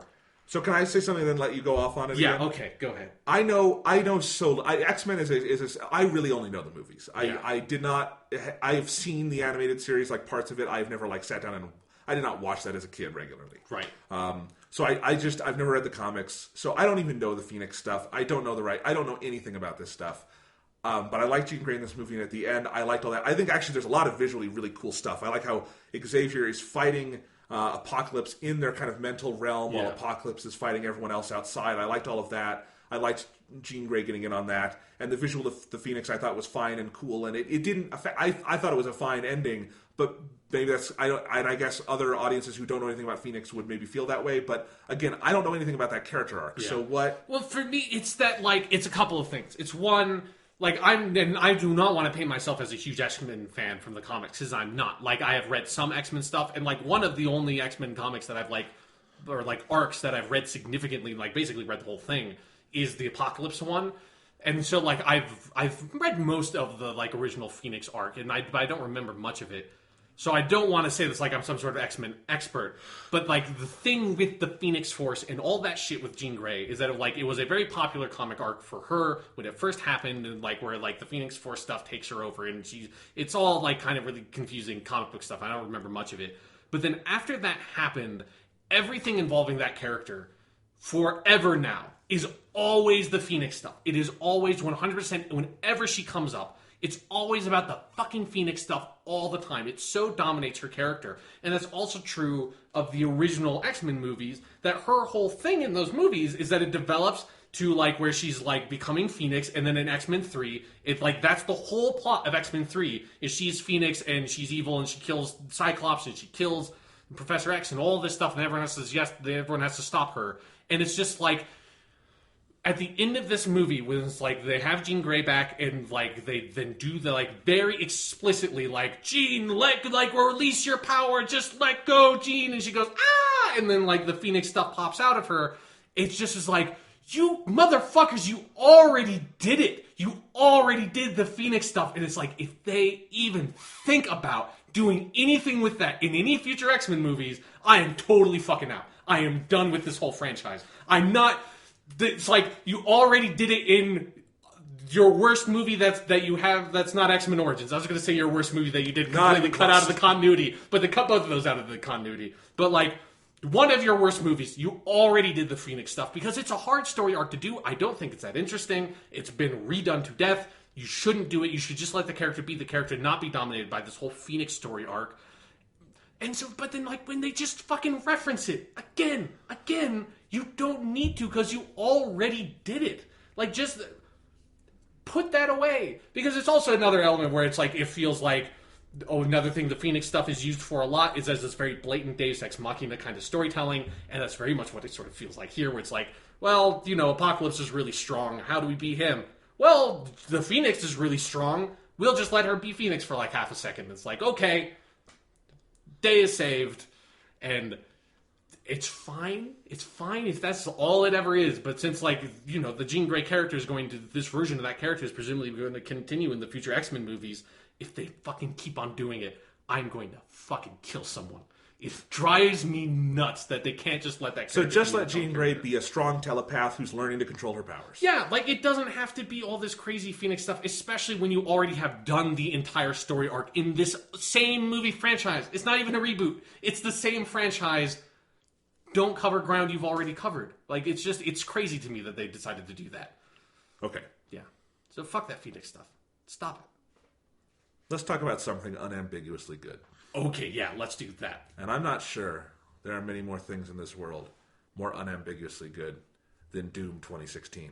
Yes. The Doom. Doom to Doom. All right. Doom, So all capitalized. Sean, Yeah. you talked about Doom last week on the Yes, podcast. I did, So when I was about halfway through it. the new game from id Software and Bethesda for the PS4 and Xbox One and PC and all that good stuff. Yep. And you were close to being done with the campaign or halfway through or something, Yeah. and you really loved it. Yes. That was great. I got it this week. Did you get the physical copy of it? No, I just downloaded it. Okay. I brought it because I have to start here. This is when I knew I would love this game. I bought the physical copy of Doom, and you get it on the PS4, or I assume it's the same on the Xbox One. And you get it, and you open it up, and the main cover, it's okay. It's the Doom guy. Yeah. It's fine. It's a normal first-person shooter cover. Nothing wrong with it, but nothing all that exciting. But you open up the case, and there's a full-on reversible cover. And you put that reversible cover on, and it's like an original, like, 1993 Doom. It's not the same, but it's like in that style, and it is so awesome. And it just looks great. It's like very high quality, the printing quality of it, I think. And so, like, ever since, so I immediately reversed the cover and put it in there. And so I've had it, sitting on my table when I'm at the TV. Yeah. And every moment I'm not playing Doom and I look down and I see that, I want to play Doom. That is the best video game cover we have had in years. Yeah. And it may be the single greatest, like, video game title treatment that has ever been done. Like, their logo for Doom in this is so good. It's so and it's the reason why I feel like this, like, referring to this Doom, it just has to be Doom all capitalized. That's the right way to write about this game and not call it Doom 2016. It's just Doom all caps, because it's just like, that's the kind of presence it has, the weight it carries. Yes, I mean, it is always an annoying thing when there's something and then you just name the new thing the exact same thing. Yeah. Like new Doom, new Ghostbusters, all that stuff. It's like, give it a subtitle, guys, or a number. But when I saw this cover, I'm like, that's why they just called it Doom. Because it's so powerful on its own. Yeah. Even if you just added like 4 at the end, it wouldn't be as cool. Yeah. So we can just call it Doom 4 if we want, or The Doom, or whatever.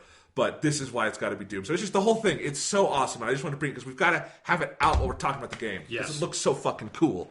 Anyway, so I got this and I was like, I was giddy before I even put the game in. And it's like, we need more of this kind of stuff, because this is why in theory I like physical media, because it can make you really excited to play the thing if it's a good package. Like when we got like Persona 4 Dancing All Night, and it's this giant package for your Vita, and it's got the soundtrack and everything. It's like, I'm happy with this game before I've even put it in. Yeah. That's what you got to do, and this is just the normal edition. It's great. So anyway, put the game in, start playing it. I got this Saturday, and we're recording this on Monday. I tried to see if I could finish the game by today, but it's fairly long. It's just a longish campaign. So I'm very close to the end. I'm on the I'm at 3 levels left, basically. Yeah. Basically, I'm on the story-wise, so spoilers if you think you can be spoiled for Doom. They fight aliens. They're not aliens. They are demons from hell that invade Mars and her moons. Sorry, yes. Please, Jonathan. It's in space, but they're not aliens. Yes. I get that. Okay. Yeah. I'm on the basically second trip to hell, which I love hell. Hell is a great place to do. Hell is all the card keys become skulls, and that's really cool. It's awesome.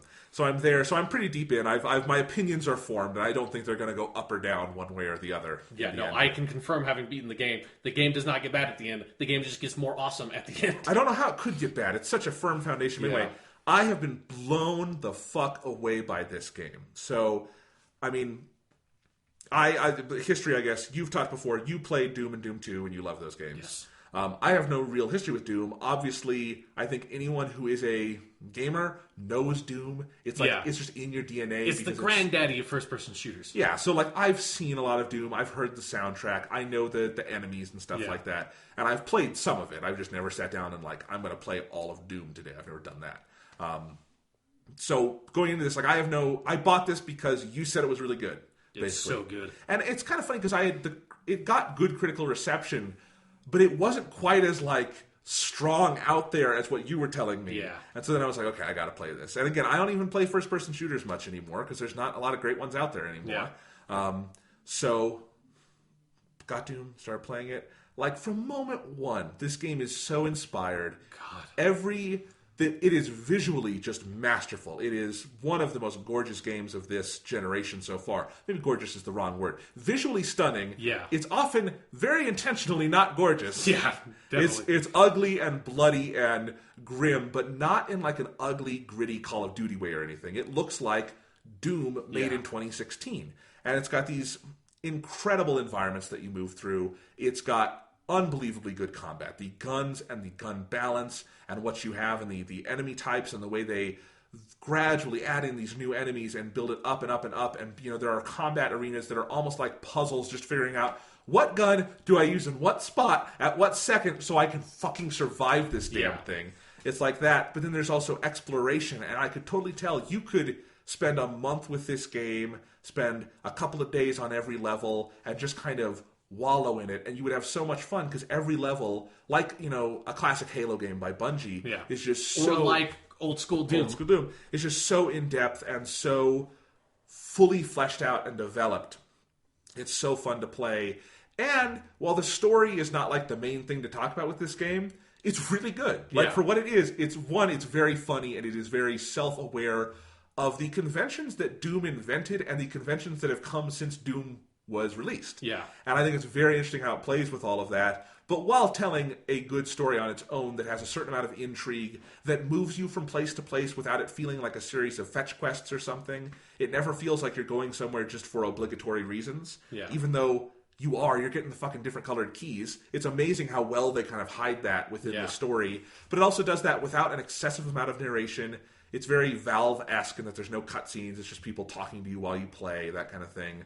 It's got such an imaginative world. Every level is so different from the one that came before. You know, so you might have two that are in the same overall, like, Argent facility, but you're in very different kind of locations. Yeah. So it almost feels like it's taken that, you know, and again, my point of, like, reference for this kind of stuff is Halo in terms of really good first-person shooter design. But the thing Halo Combat Evolved taught us all about how you design a campaign is that you change things up before you're allowed to get bored of it. Yeah. Doom took that to like the fucking extreme. Yeah. You go to hell in, I think, level 4 or something. I think it's like level 5 or 6. Level 5 or 6. And I was like, I'm not anywhere near bored of where we are so far, but sure, I'll go to hell if you want me to, and this is awesome. So like before anything can get stale, they're throwing new shit at you. And you're constantly getting new guns, and it's this incredible upgrade system. This is such a polished, unbelievably good game. This has been a crazy year for games. It's been so good. It's been so good, and this is another one where I'm like, I don't know how I make a top 10 this year. I don't know how I rank like this against Uncharted 4. They're both basically perfect at what they're trying to do, and what they're trying to do is so specific and interesting and unlike anything anyone else on the market is doing. This is easily the best first-person shooter I've played since BioShock Infinite, and in terms of campaign, might have to go back further. BioShock Infinite is very special because of its story and its atmosphere and its world, but on a pure like gameplay level, Doom blows everything out of the water just for years back. You know? Yeah. I think I know you didn't play this game, but the only thing in recent memory that gives it any competition is Wolfenstein: The New Order, which is also... And that's what I tried to get into and couldn't. Yeah, and it's a very different kind of game than Doom. Yeah, but I'm just amazed. I'm sure that Wolfenstein game is good. It's very good, but it's funny to me how I couldn't get into that, and this one hooked me immediately. Yeah. Yeah, because the Wolfenstein: The New Order has like an interesting sort of like pseudo stealth focus on it, especially early on. But what's most interesting to me is that like both Doom and Wolfenstein: The New Order are these two classic id franchises that like Wolfenstein 3D is like literally the first person shooter, and then like for them to come out with a game in, I guess that was 2014, that was like, and that was developed by Machine Games, it wasn't developed by id themselves. But for that to come out and to be like, oh, this is an amazing fucking game, and it's this weird, like, pseudo like alternate history thing set in the 60s and all this crazy stuff. Like Wolfenstein: The New Order is really awesome. And then for like 2 years later, the other id franchise that's not Quake, Doom, comes out and it's the new Doom game, and it's like, holy shit, this is awesome. But this is like awesome in a level that like I think Wolfenstein: The New Order is a really, really good game. I think this new Doom game is a great game. Like, this game is fucking amazing. As like as an exhibit of just like pure raw game design, like it is unparalleled. I think for years, basically, in terms of the combat design and the level design and the upgrade system and the weapons and all of that and how all of that stuff interacts. It's like so insanely perfect. I have no idea how they made this game. Like, it's completely insane to me. It is awe-inspiring. It's sometimes it's tough to take that step back and think about, okay, this is something people had to sit down and make. Yeah. Because you're so wrapped up in it when you're playing it. But you look at any of those encounters or those moments and you're like, it is mind-boggling how effective this is and how well-built every moment of this is. And just little things like that upgrade tree, for lack of a better term, where each of your weapons has 2 add-ons, and those add-ons have upgrades, and then your overall Praetor suit has some upgrades. And you have the runes, and those you can upgrade. And so it's actually a fairly small number of upgrades, especially compared to other shooters with RPG elements. Yeah. It's fairly small. It's not like you're constantly going into your menu and changing things. But it adds, every time you do it, it's like adds this tangible effect to your gameplay. Yeah. And like the runes are really impressive because they are directly tailored to how you play. Because if you get a rune, you add it, upgrading it is based purely on how you play with it. Yeah. So if you get like, the one that is, you do a glory kill, which we'll have to talk about, and then you, so if you do a glory kill, you get a boost of speed. And then if you have, while you're having your boost of speed, if you get kills with that, it'll go towards upgrading it. That kind of stuff is so smart because it literally is listening to how you play. Yeah. And so even though this is a game that is not conventionally open-ended in the way we think of that, it is very open to all kinds of play styles in a certain way and how you go through this and how you specifically interact with the sandbox they've given you of tools, which is very deep. I mean, one of the things I'm most amazed about is I've finally completed my weapon wheel and I have the BFG. So I think that's every weapon. Yeah, that's every weapon. And I love that they give you, like, you get everything you need a couple of levels before the end of the game. So you have, like, a good 2 or 3 levels where you literally have everything. Like, every rune, like, if you've been getting weapon upgrades and like, on the armor chips and all that stuff, you are fully upgraded before the last level of the game. And I love that. That's, like, you have because that's how I played the game, is that if I had missed a couple of secrets or something, I would just replay the level to get them again, like right there, before moving on. So when I got to the last level, I had everything, and I was like completely suited up, and I was ready to fucking kill the shit out of some motherfucking demons, which is the way you want to feel while you're playing Doom. Absolutely, yeah. So, but I have everything, and I'm amazed by there are encounters where I'm not using every gun, but I'm using an awful lot of them. Yeah. You know, I will switch to, I need my combat shotgun right now because I've got the add-on where I do basically, it's like a grenade throw. Yeah. And that's really useful for this kind of enemy. But now there's a bunch of the little guys, and I'm going to get up close and pull out the super shotgun because fuck it, I'm just going to tear them apart. But then, you know what, there's these kind of heavies, and I don't want to go up close and personal with a shotgun on that. So I'm going to use my plasma gun because my plasma gun has the heat release. Yeah. So if someone small comes up on me, I just release the heat and kill them. But then, oh god, there's 3 of the giant fat guys. Macubuses. And now that's when I pull the BFG out. And so it's just like you're constantly changing, and like if you play it at a certain difficulty level where it gets hard enough, you're going to die and you're going to have to try each of these encounters a few times. And each time it's like I add on, okay, I know what to do here, but my missing piece is over here. Okay, this is where I pull the chainsaw out. You know, that kind of thing. And there's so many tools at your disposal, and it is constantly inviting you to use as much as you want to use. It is not restrictive in any way on those things. Yeah, and it's amazing to me because this is something where, you know, like, just like say it because if people like don't know about Doom, they maybe just assume because that most first-person shooters today have the 2-weapon limit thing that sort of Halo more or less started. Like, Doom does not have that. It is from the tradition of old-school PC shooters where you have every weapon you pick up, and when you pick up a weapon, it's just added to your arsenal, and you switch it all the time. And I think this might be the only game that has that system where I feel like I am using basically every weapon. I don't never use the pistol that much past like when like ammo was not a big concern anymore. Right. But other than the starting pistol, which is your infinite ammo weapon, so it's not designed to be something you use all the time. Other than that, for the entire game, I used every single weapon. Like, and some of like when you get to the last level where it's like there are some of those fucking fights are just insane what they expect you to deal with. I am literally using every single weapon in a fight. Like because it's like your ammo's your concern and your different weapon mods like configure well with different enemies and stuff. And so it's like, well, I need to use my rocket launcher here, and like, oh god, I'm out of rocket ammo. I don't want to chainsaw these guys. I want to save my chainsaw for someone else. Okay, then I'm going to switch to my plasma rifle and do this. And like, you are using everything at your disposal all the time. And like a game like the original Doom, I basically used the shotgun almost constantly, and then like occasionally I would switch to something different if it was a harder enemy, but it was like shotgun all the time basically in the original Doom. Or like Half-Life 1 was like MP5 in the shotgun in that game, and that's like all the time. Same thing with Half-Life 2. It's like once you get the shotgun in Half-Life 2, I basically only use the shotgun and sometimes the pulse rifle. And that's like in all those other styles of first-person shooter that use that mechanic, I basically pick like 2 weapons that I switch between for almost the whole game. In Doom, the super shotgun, once I got it, was my main weapon that I like would fall back onto because the super shotgun's really fucking awesome in this game.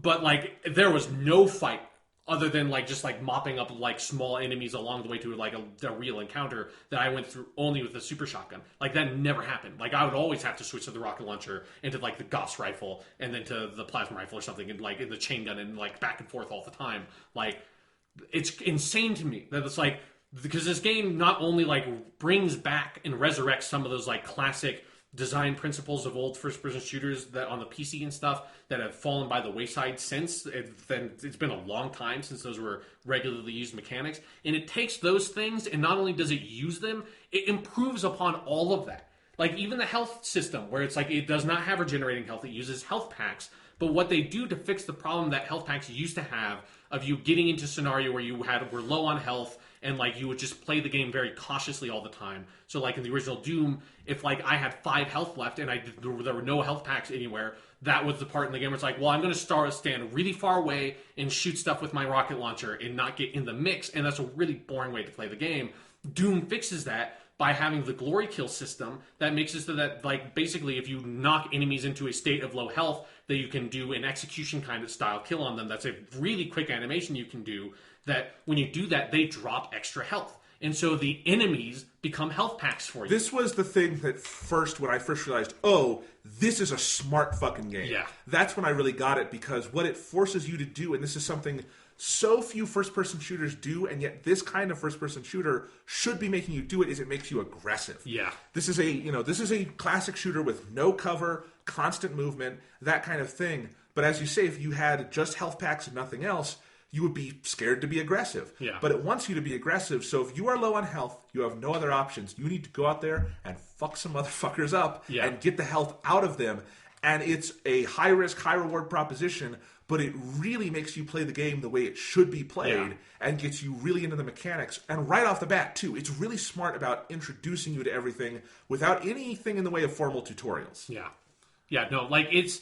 Like, this game is a master at encouraging and incentivizing the player to play the game in the optimal way. And, like, the way that it's designed to be played the best. And that's something that, like, on our Uncharted podcast, I think we talked about a lot, that one of the main issues with the Uncharted combat is that it's very bad at teaching the player and incentivizing the player to play in the most fun way, which is to be very reckless, which is to run out into combat and use, like, blind fire and stuff like that a lot, and throw grenades and jump all over the place and use the melee. And it's like, while that is the most fun way to play with the Uncharted games combat, and they got better at like fleshing out the systems along the way, until Uncharted 4, they were never good at like that sort of teaching the player that that's what you wanted to do. And so like how I played the Uncharted games the first time around, and how you played it, how like most people play Uncharted combat, was you just stick behind a piece of cover, pop your head up and shoot the enemy in the head, and then pop back down before you take too much damage, because that's how most cover shooters are played.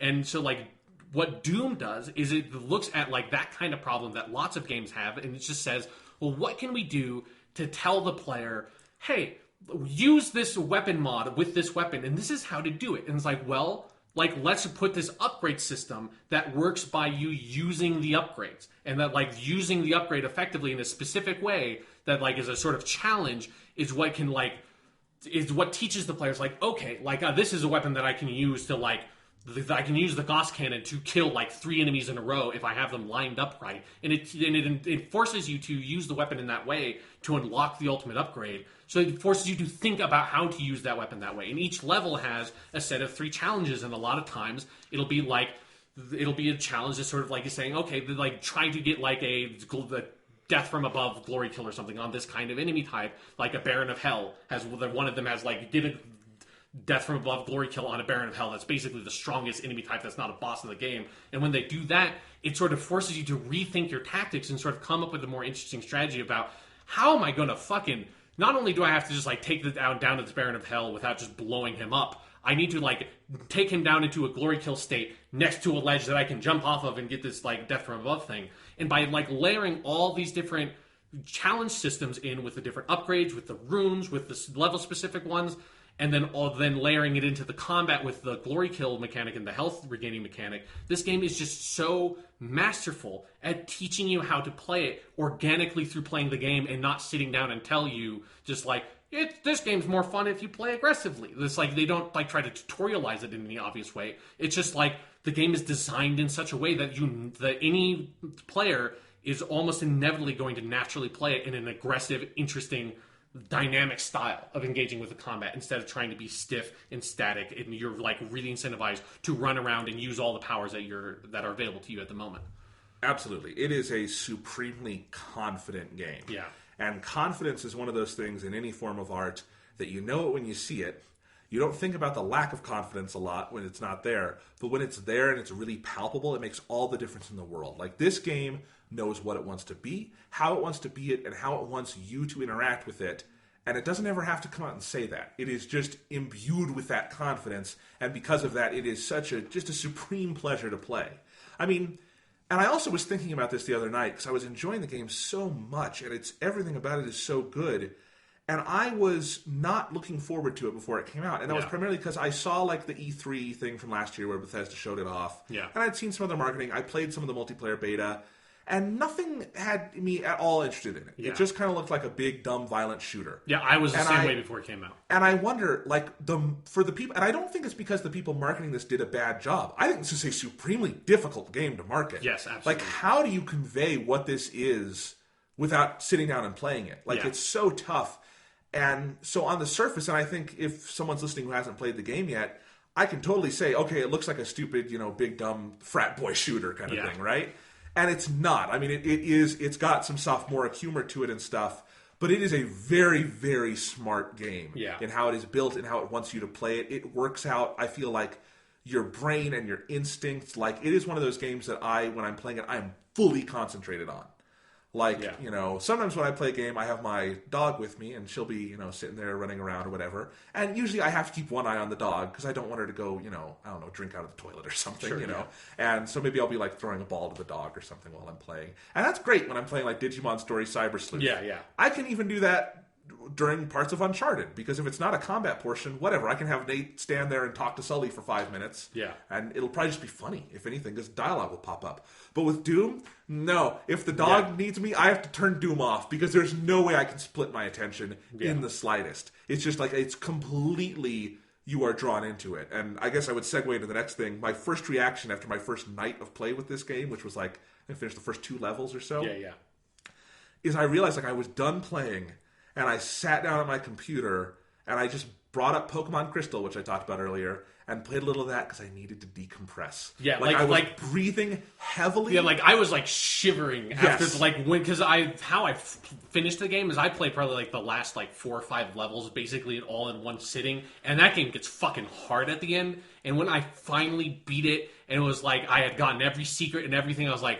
I just dropped the controller and my hands were shaking. It's like, holy fucking shit, that was a video game. And every little encounter is like that, basically. It's like that as a microcosm where you'll get through one of these encounters, and by encounter, I mean those moments where you'll be usually kind of a big circular arena in some way. The arenas are all very different, but they're all kind of have the same ethos to them. And you finish one of those, which often takes a lot of trial and error, and it's just, you're not breathing, you exhale, it's like, I did it. And like sometimes I'll just go like, like that kind of thing where you just have to let out energy and you're shaking, and it is this like physical thing where it affects you.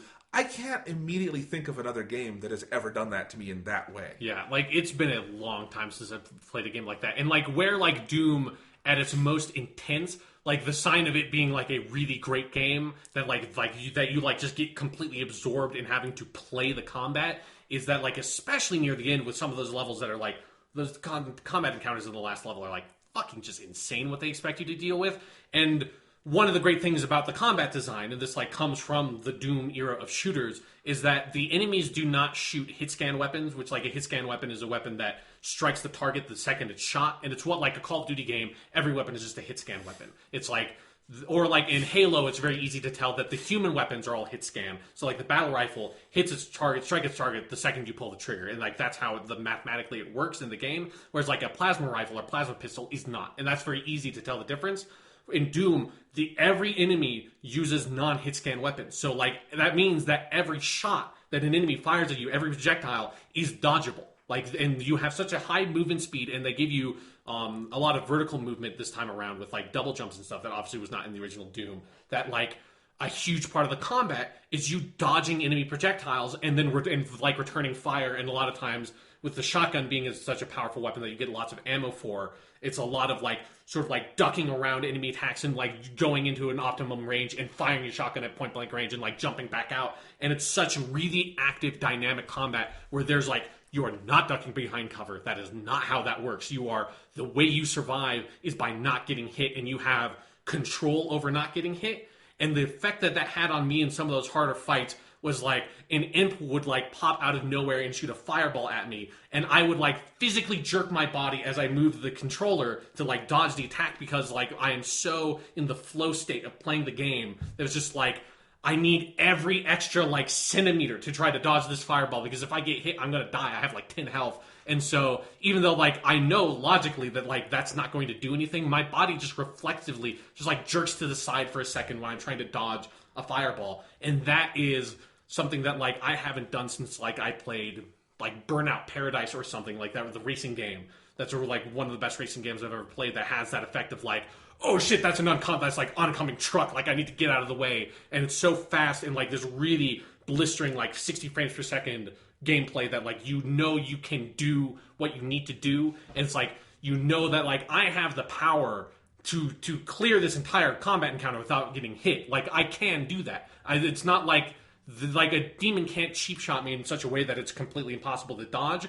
If I get hit at any point, that is a failure on my playing the game. It's not just like Call of Duty. You're going to get hit all the time, and and that's why regenerating health is this thing that's like, that makes that not an unfair mechanic. With like Doom, there's no leeway. It's like, if I'm getting hit, it's because I'm fucking up, so I'm going to try to not fuck up, and then along the way, I'm going to fuck them up hardcore style.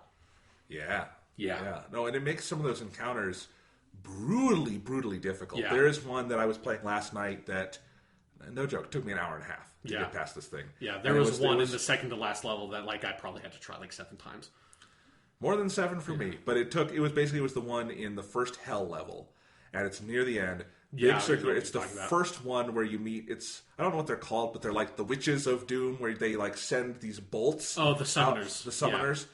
And you have those guys are motherfuckers. And that one is such a bitch of an encounter, because what happens is after you take out the first summoner, which basically you have to clear everyone else out so just you can get a clear shot at that summoner. Yeah, because they teleport all around. Right. All over the place. And to take out everyone else also means you have 2 of the big heavy guys. I forget what they're called. Mancubuses. Mancubuses. And so you have to say, and they're not easy to get down, especially if you don't have your chainsaw, or that has no fuel or whatever. And so anyway, you get all of them, you get the summoner done, you're like, I've won. Oh no! And then it summons another summoner and more Mancubuses and more of everything else. And at that point, you've used up all the health and the ammo, and you're like, motherfucker! And it's so tough. And that was one where I had been playing on ultraviolence, which is the highest unlocked difficulty at the start. It's basically like heroic to use Halo terminology. Right. So I've been playing on there the whole time to finally beat that one. No, did I? I know I think I might have at the very end, like I think I turned it down to Hurt Me Plenty, beat that one, moved past it, and turned it back up. And then I recently turned it back down again because I also was trying to get through as much of the game as I could before this podcast. And it's a game I know I'm going to replay plenty, so I'm fine if I do the difficulty later, because it's fun. But yeah, it's like, but that one was, I mean, there's moments where, and it's funny because it's other games where I've done that and spent like an hour and a half on an encounter, I come out hating that game and wanting to just kill it. And I didn't come out like happy, like I was like, now I'm having the best day ever. Yeah. There was definitely some frustration. I'm not going to, of course it's frustrating. That thing's going to happen if you have to do this. But it was like, I was frustrated. I'm like, okay. And then I did 3 more encounters. It's just like, but I didn't like throw the controller down and leave. It's like, I got through it. I'm going to go fuck up some of these demons. And I need to keep playing. And it's like, it incentivizes you to, even if it's really, really tough, it's not, for the most part, bullshit tough. Yeah, exactly. Because like I said, it's like so on, like you are so empowered as the player that it's like the game just like isn't like, the game is not designed in such a way that honestly, I don't even think they could make something that would be unfair. Like, you could make something that would be like ridiculously difficult if they just like spawned in like 20 Barons of Hell and then the fucking frame rate would go to complete shit and everything. But like the game is designed in such a way that it's like you are so empowered as the player, you can do so much damage and you are so mobile that like there are some encounters that like on paper would have been like incredibly difficult, but I was just like in the right mindset and I was just on point for the whole fight that I cleared the entire fight with barely getting hit. And like I came out of it and I was like, oh my god, like I just and it's that thing where the game gives you this intense sort of power fantasy element of it, but without ever being easy. Like, because even on the Hurt Me Plenty, that like I went to Hurt Me Plenty to find some secrets when I was just sort of like didn't want to engage with the game really heavily to find like a hidden level or something. And so even on Hurt Me Plenty though, it's not like you can sleepwalk your way through the game. Like it's still hard, but the power fantasy element is still so there because when you like do succeed, it's just you feel so empowered as the player. And what they managed to do by like sort of very lightly characterizing the Doom Marine with like his animations and everything of just like fucking just like smashing shit that like that's important to the story, and just like whenever something like that fucking Optimus Prime sounding robot dude talks to you, just like, oh fuck off, man, I'm here to do one thing, kill these motherfuckers, and I'm gonna do it. And every animation he has that's all from the first person and everything, it's always like, I am just going to kill some demons. And that's like 100% my purpose.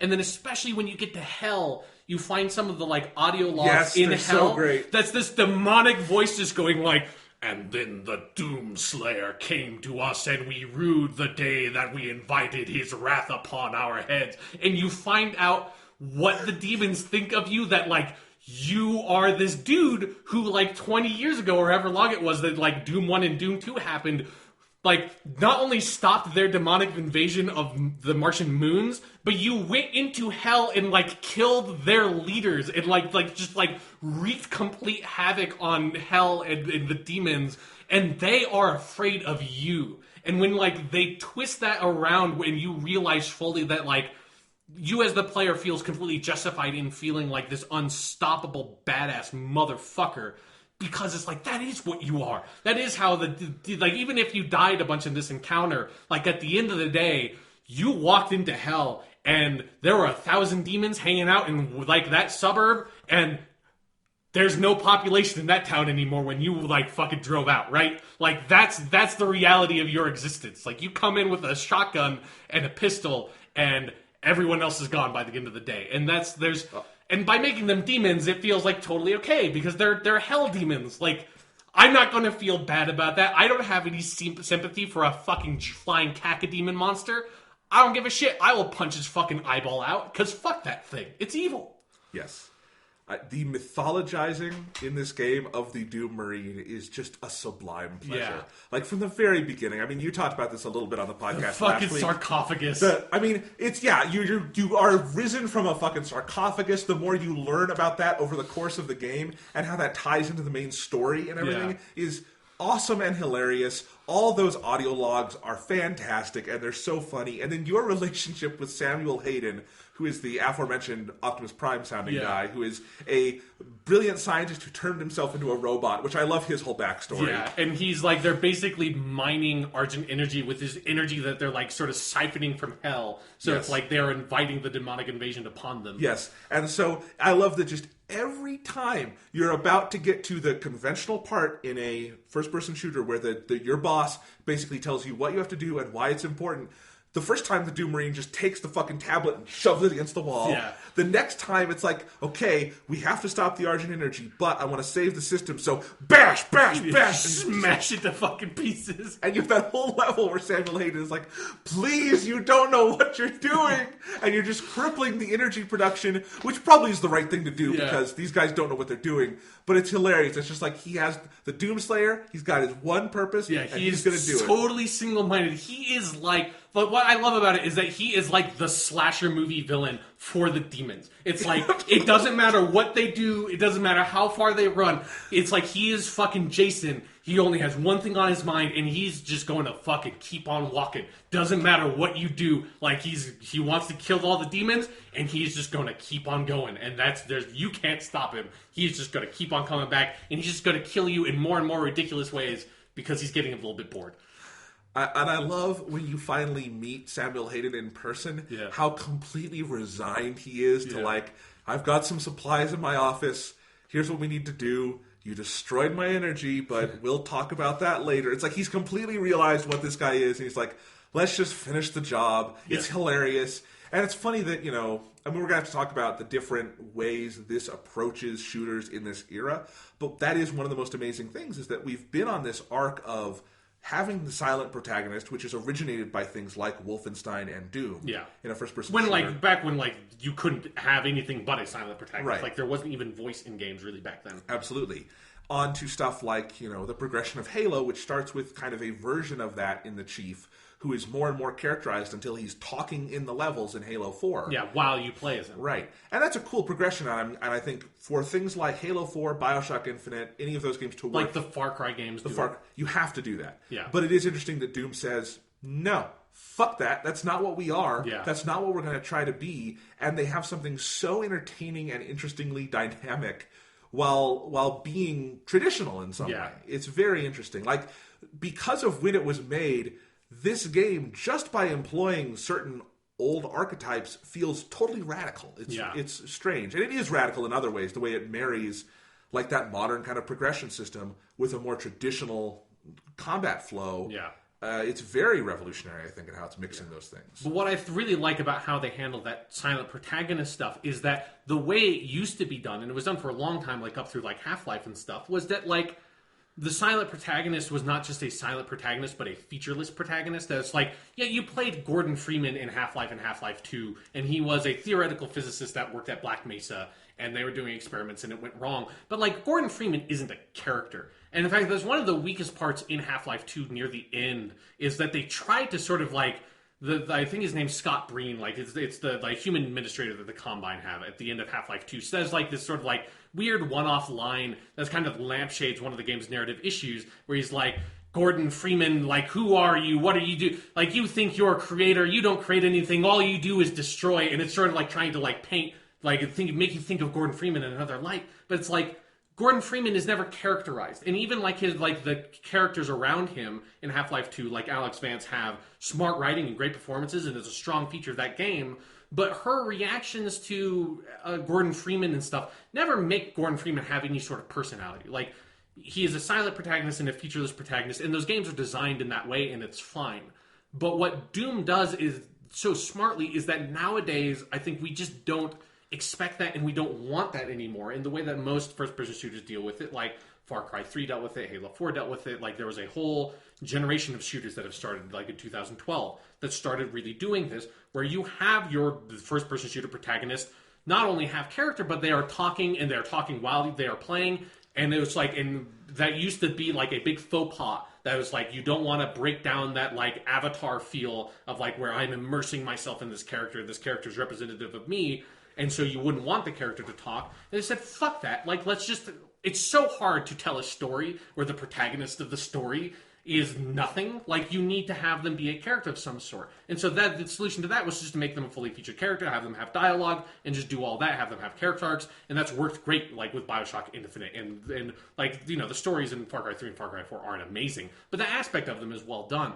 But what Doom does is it's like, well, we don't want the Doom guy to be talking all the time, because who voices the Doom guy? How does the Doom guy sound like? How do you handle that? That's just a weird idea. But what we can do is he can be a silent character, but he can be a character still. And so what they managed to do is how people react to you, the actions that the Doom Marine takes in the environment with like hitting the buttons and stuff. Those animations have personality to them. And finding some of those audio logs, that, like in Hell, that comment directly on the Doomslayer creates a character and a persona for the Doom Marine that the player is invited to inhabit instead of the player just supposed to fill him up as a vessel.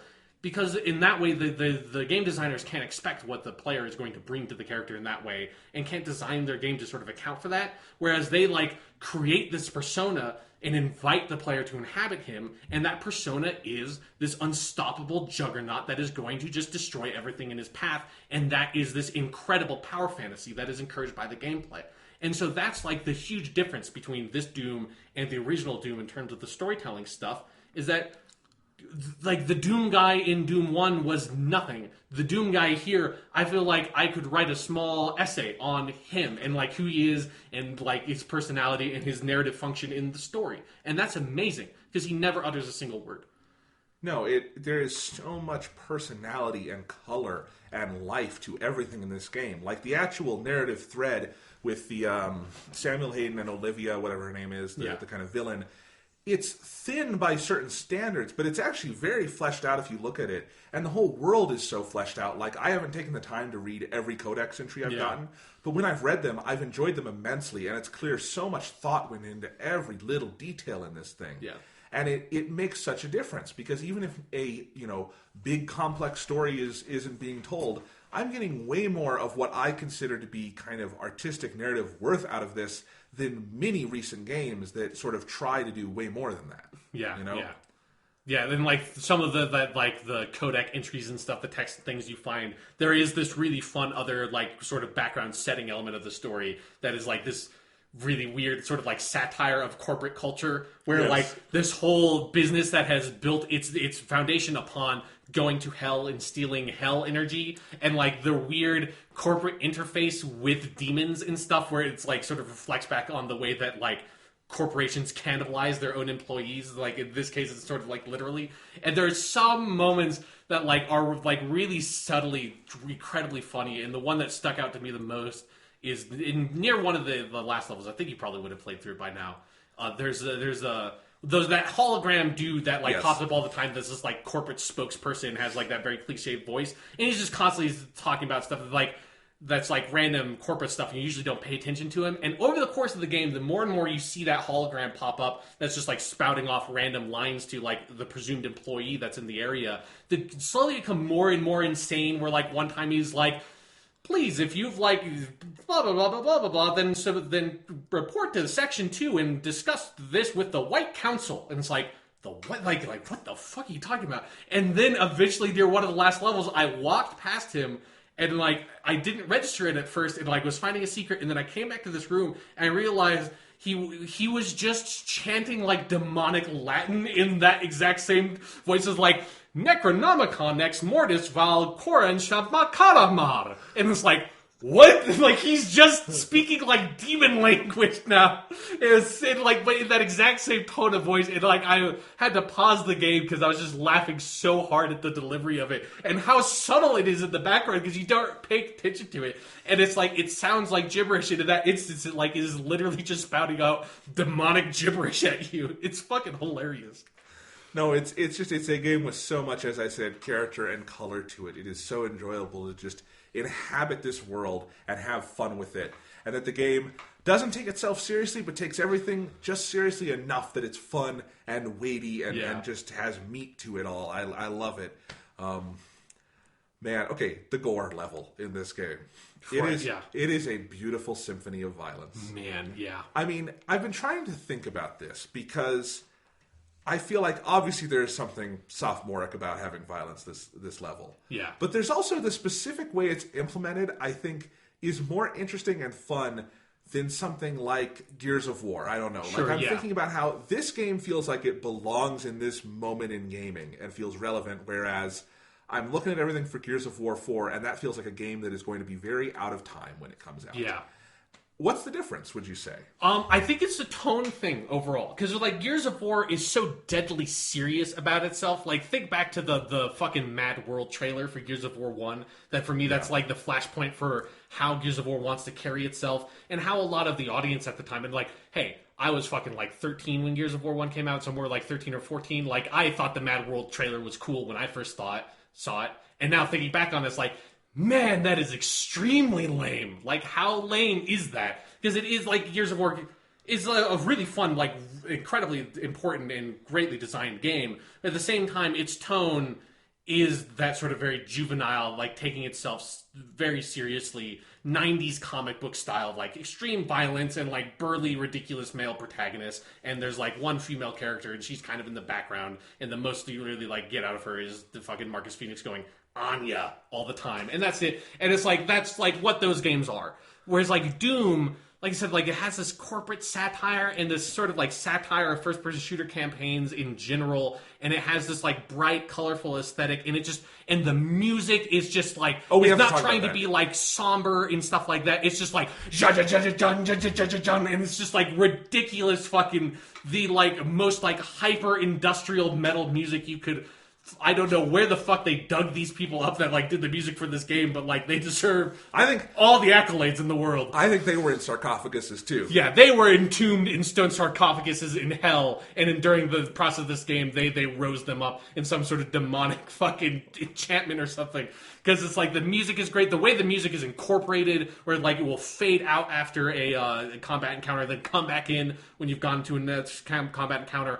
All that stuff is just like there's this life and energy and humor that's like where Doom does not take itself seriously. And that's true of Doom of old as well. Like Doom is like the premise is fucking demons invade Mars, for God's sake. Like there is not a self-serious bone in this franchise's body other than Doom 3, which is a game I didn't like very much. So it's like Doom 1 and Doom 2, fucking ridiculous, just insane games. And then this carries in that tradition, but with like the much more... But it's insane in much more fully fleshed out ways because the narrative elements of games are way more fleshed out now than they were in 1993, 1994. And so it has that quality of where it's like, it's okay to have fun with the violence because the game is just having fun with the violence and it's not trying to be like let's like think about violence and let's be let's like think about violence seriously and like the death of Dom's wife Maria while we have this chainsaw on this gun. You know, like It's not trying to do that. There's, I agree. There's a tonal dissonance to Gears of War when you're crying for Dom's dead wife, and then you put a chainsaw up a dude's asshole. Like right. And that, but that's the kind of and that's the kind of thing that works when you're 13, and then later you feel like that was dumb. That was dumb. But you look at Doom, and I feel like Doom is kind of evergreen because it's just fun and silly. Yeah. And those glory kills are indeed glorious. And I have heard some critics say they got tired of them, and I think that's a valid complaint. I get that. Yeah. I'm not tired of them. Yeah, because they're like half a second long. Yes. They're not like super elaborate, but there is like the animation quality in Doom is just like top fucking notch, even for first person. So it's like, and some of them are, I think my personal favorite is the one you can do on the possessed soldiers where like you knock them down, twist their leg around, and stomp their own head in with their own leg. Like that one is just ridiculous, but it's also fast. But the best thing about the glory kills, and I did not realize this until maybe the second to last level, or I might not have done it until the very last level, is that you get a set of runes that all enhance the glory kills. And the two ones that are really important is the one that allows you to do the glory kill from far away, and the one that allows you to do the glory kill really fast. And like especially that glory kill really fast, like that one's a huge amount of fun because when you have that one on and you have it fully upgraded, the glory kill animation takes like 0.1 second, and it's just like this explosion of blood on your screen. But what's the best part about it though is when you have both of those equipped, and then you get the berserk power up that just like makes you like basically melee kill enemies instantly. It allows you to just leap from like 20 feet away and just grab an imp by his head and rip his head in half in like I said, 0.1 second. And like when you, like that is the only way to use the berserk power up because you just go berserk. Like it's insane. And the way that power up was like kind of useless in the original Doom, here, when you do that, like it's just this, like, you're just leaping everywhere, just ripping demons to fucking pieces with your bare hands. And it's insane and it's glorious and it's just like I mean, it is that element where like the violence is so over the top that it like crosses this line of where like it could be juvenile to just being like hilarious and like actually kind of like satisfying on a primal level of the way that like, you know, like Tom and Jerry cartoons use violence or something. Like it's just got that like impact and oomph to it, and you just want to fucking. Again, it really helps that they're all demons and you don't kill people during this game. Right. Because it's like just being able to like leap across this level and grab this fucking mancubus motherfucker and just like punch his stomach open and rip out his innards with your bare hands. Just like in this like just insanely over the top, gratuitous fashion. Just feels so good. Rip a dude's heart out and choke him with it. Exactly. Yeah. Indeed, it's great. I think there's two things that make them just perfect. One is that they are so mechanically integrated that they are they are not just there for show. They are mechanically very, very important on a number of different levels, and they get more and more integrated the more power-ups you get. So that's great. And two is that it's that satisfaction level, which is that these are very hard encounters. They're very stressful. They're very tense and just big, and you're moving, and you get that little break to just rip a guy's head off. It's satisfying, and it allows you to breathe for a second, and it's like a reward of like, I'm angry at these guys right now because they won't stop coming. Yeah. And I have a job. I gotta go get the fucking yellow key card. Yeah. So I gotta just kill all these guys. Keep coming. I'm gonna rip the stomach out and shove it down the throat. And then it's like this weird primal. It just understands that need. Yeah. Like, how much better would Uncharted 4 be if at some point you could just go to Rafe and just rip his stomach out? It's just like, fuck you, man, and just like rip him in pieces. Yeah. Absolutely. It would mess up the tone of that game. It would be insane. Yeah, like, then we'll sit down and talk about ludonarrative dissonance, but yeah. Indeed. Yes. Yeah, so, I want to talk about the music for a second. Okay, yeah. More, because you said it, but I just wanted to expand. Like, I don't think the music on its own is like one of the best video game soundtracks it's like, ever. It's not music I would ever listen to outside of the game. Exactly. But I think in terms of use of music in a game, this is top 10 all time. Yeah, like, absolutely. In terms of how well the music is used, and that it is an active part of how you play the game because it signifies things. Like when you kill a really tough enemy and then you're like, are we done? And the music will tell you. It's like, and it's so smooth. Like there's a lot. This is not like a revolutionary thing the game is doing. This is very common, which is that you have your music signifying combat. Every game does it. Uncharted 4 just recently does this. Yeah. But I've never heard it done as smoothly as Doom, where it sounds like the music is actively scoring the encounter you are doing as you are playing it.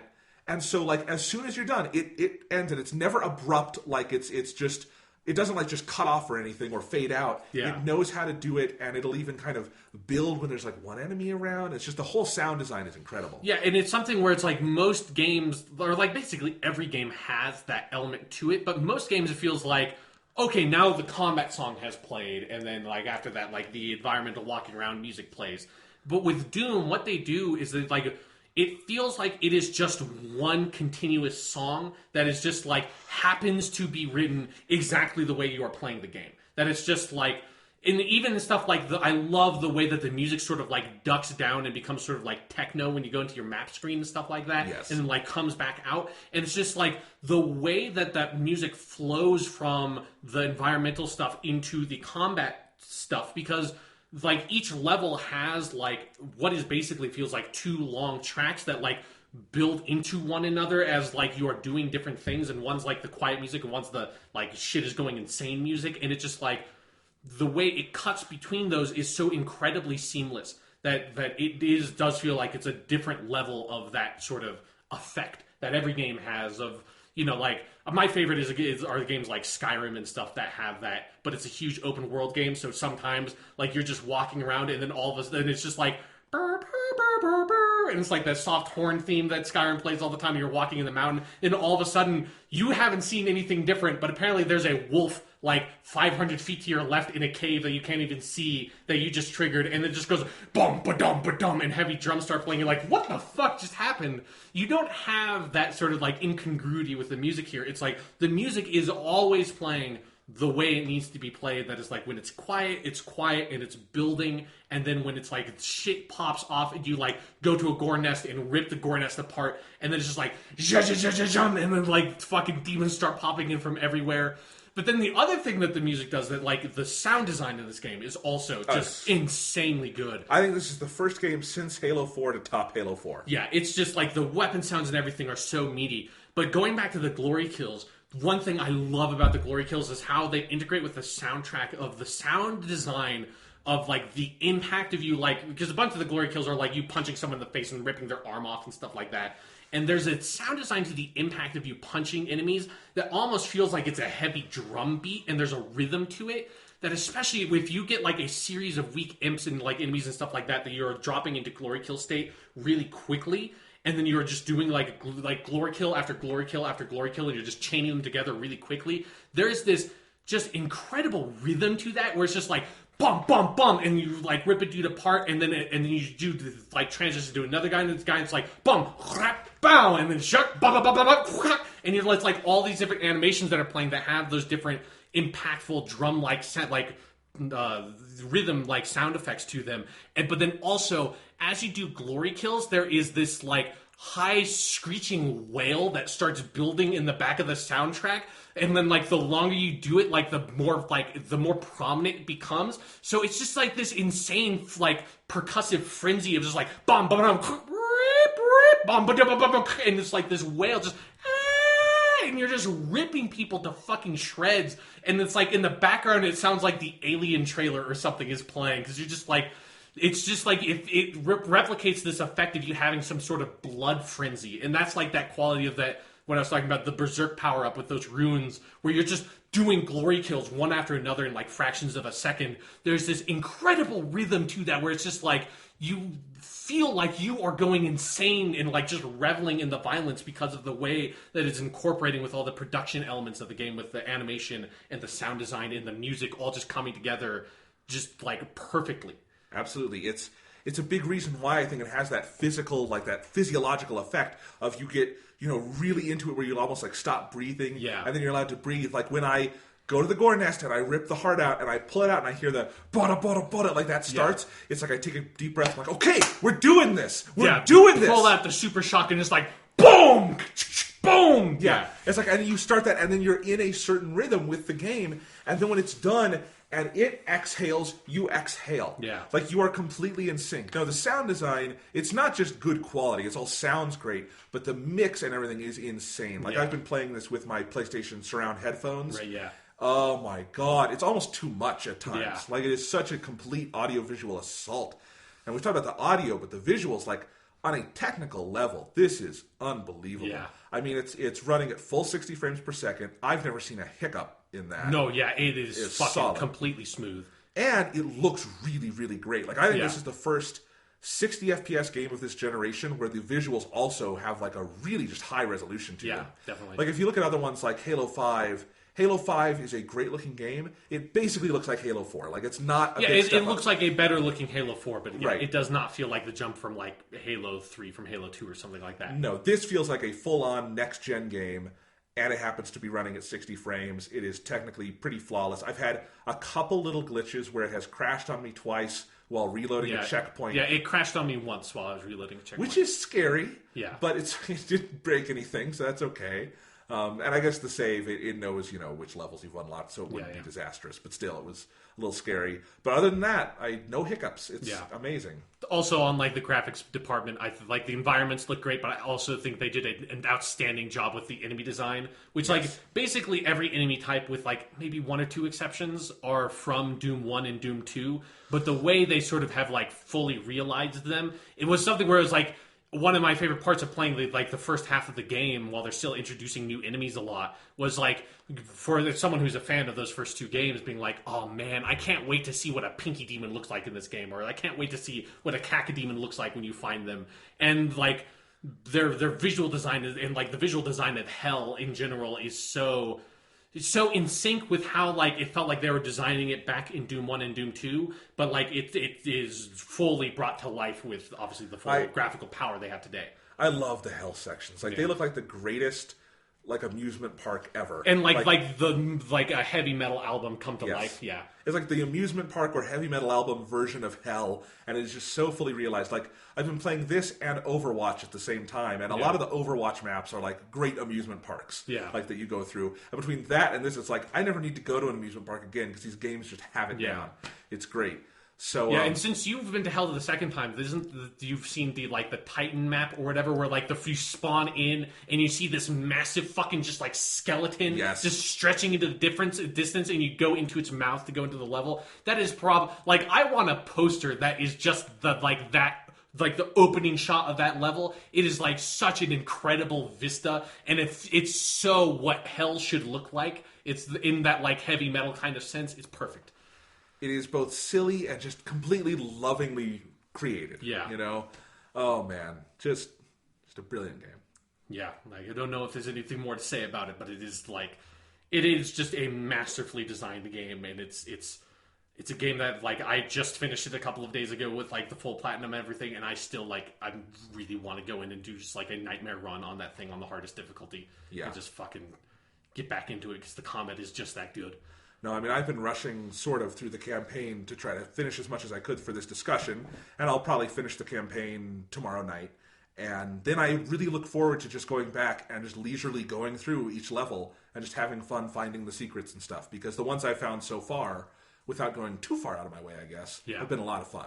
And it's great. And I now, and I have the original Doom sitting on my Xbox. Yeah. I'll have to go back and play some of that. It might be fun. Yeah. I also wanted to say one other thing about the visuals. I love how much playing this, without having played original Doom, how much I realized I know of the iconography of Doom. Yeah, of the enemy designs and stuff like that. I think it's a real revelation for people who have never played the originals. You realize how much it has permeated gaming and pop culture. The Nether world from Minecraft is just hell from Doom. That's true. I never realized that. It's got cacodemons. It's got little floating heads. It's got this almost it's the upside down version of the real world. All that stuff, and it's I never really made that connection, but that's what it is. Yeah. And you realize that when you go in here, it's man, I wish there was a Minecraft where I could rip a dude's head off. Yeah, that would make Minecraft way more rad. I've got a sword. Why can't I just stab someone in the face with it? Yeah, why can't I just rip their fucking face off? God damn it! Anyway, some health out of it. When I need to do a retina scan, I just take the dude's torso and just just slam it in front of the retina scan because he's dead. Who cares? It's fine. The best part is when he breaks the arm off so he can use the fingerprint scan. Oh, it's great. No, and so just that element of it. If you have never played, any Doom game before, don't worry. This game is totally inviting to newcomers. If you play it on a lower difficulty, I do think it does a little more in terms of tutorial pop-ups is what I read. So if you really just are not suited to this, you can learn. Yeah. But I started on Ultra Violence, and there was very little in the way of tutorializing, and I loved it. So it's just total immersion. It's a very straightforward game. Yeah, it's such a pleasure, and I'm just thinking, this year, we're at the end of May. Yeah. This has been an insane year. I couldn't make a top 10 yet, but if you asked me to make a top 5, I wouldn't know how to rank it. Yeah, this, Doom has thrown me for such a crazy loop, because, I was sort of on the fence of if people say the single player is good, I'll probably play it at some point, but I'll wait for it to go on sale. There's no way it's going to be that good. Yeah. And then from some game critics and stuff that I really respect and I know have similar feelings on Doom as I do, coming out of this game and being this game is fucking awesome. If you like Doom, or if you just like playing awesome video games, you have to play this game. And I just and saw some footage of it, and I was okay, I'm just going to fucking play this game right now. I don't want to see any more of it. I just want to play it. And for this game to not only meet those expectations I had of how some of those critics set me up for it, but then just keep even completely blow it out of the water, where I feel a lot of critics are underselling just how good this game is at what it is doing. That's I don't if you ask me right now which I think is better, Doom or Uncharted 4, I don't know what I would say. And that's fucking, I had no, because remember, we, these games came out, back to back. I finished Uncharted 4, 2 weeks ago, and we talked about it on the podcast coming out. I wrote a review that calls it a fucking masterpiece. It's a deconstruction of this adventure genre. I think Uncharted 4 is an incredible artistic achievement. And then I would, Doom wasn't even a game I was expecting to buy when it came out. And then now I'm it might actually be better than Uncharted 4. Yeah, I'm in the same... We've got a couple of games this year that are full-on 10 out of 10s. Yeah. Real 10 out of 10s, not Grand Theft Auto 5, which is hugely flawed, but got 10 out of 10 for some reason. This is the real deal, and it's it's tough. It's back, I feel in 2013 when we got BioShock Infinite and The Last of Us in the span of a few months, and it's well, what do you do with those two? Yeah, these are two games that in their are kind of revolutionary in different ways for their own genre. And it's and then Doom and Uncharted 4 feel the exact same way. It's motherfucker, these are two all-time games. And it feels like it is making me think back on, I guess it was 2014 was the year where video games took a year off almost, and fucking Middle Earth Shadow of Mordor was the perennial the game of the year candidate that year, and I was like, man, I can't believe that was only 2 years ago, and then we got fucking 2015 that had Bloodborne and Witcher 3 and everything, and then now we've got 2016 and we have Uncharted 4 and Doom within a week of each other. That's fucking nuts. I think this generation had the slowest start of any gaming generation ever. Yeah. But it's found its legs, and its legs are very sturdy. I feel like if you consider the start of this generation, Batman Arkham Knight, which is kind of where I draw the line, because that was the first one that was really this generation. Yeah, made for this generation, didn't have old console versions, and was designed for this. Yeah. And clearly made use of it too. Yeah. You know. And you go from there on, and you have that into the I guess that came out the same time as The Witcher 3. I forget the Witcher timeline. 3 was a little a month earlier. It was okay. Yeah. Then I would say The Witcher 3, yeah. Batman Arkham Knight, that kind of conflux into those kinds of things through the end of 2015, which was I think a year with only a couple of great games, but those great games were really, really great. Yeah. And now it's just this year has been hit after hit after hit, and we haven't even gotten started, Sean. Yeah. We were talking about No Man's Sky earlier. That could be a total game changer if that's as good as it looks. That Final Fantasy 15, Persona 5. If Persona 5 comes out in the States this year, I'm just going to be sad when we do our end of the year podcast stuff, because it's that I don't it feels unfair, because all of these games should be the game of the year. Presuming Persona 5 is the game that it needs to be. All of these are incredible games. Good year. Yeah, really good year. Play Doom. Doom is so good. I'm so happy to say that, Yes. This new Doom game made in 2016 is so fucking good. How is this a world we live in? That's just beautiful, man. That's just insane. So yeah, play Doom. It's good. Fuck yeah.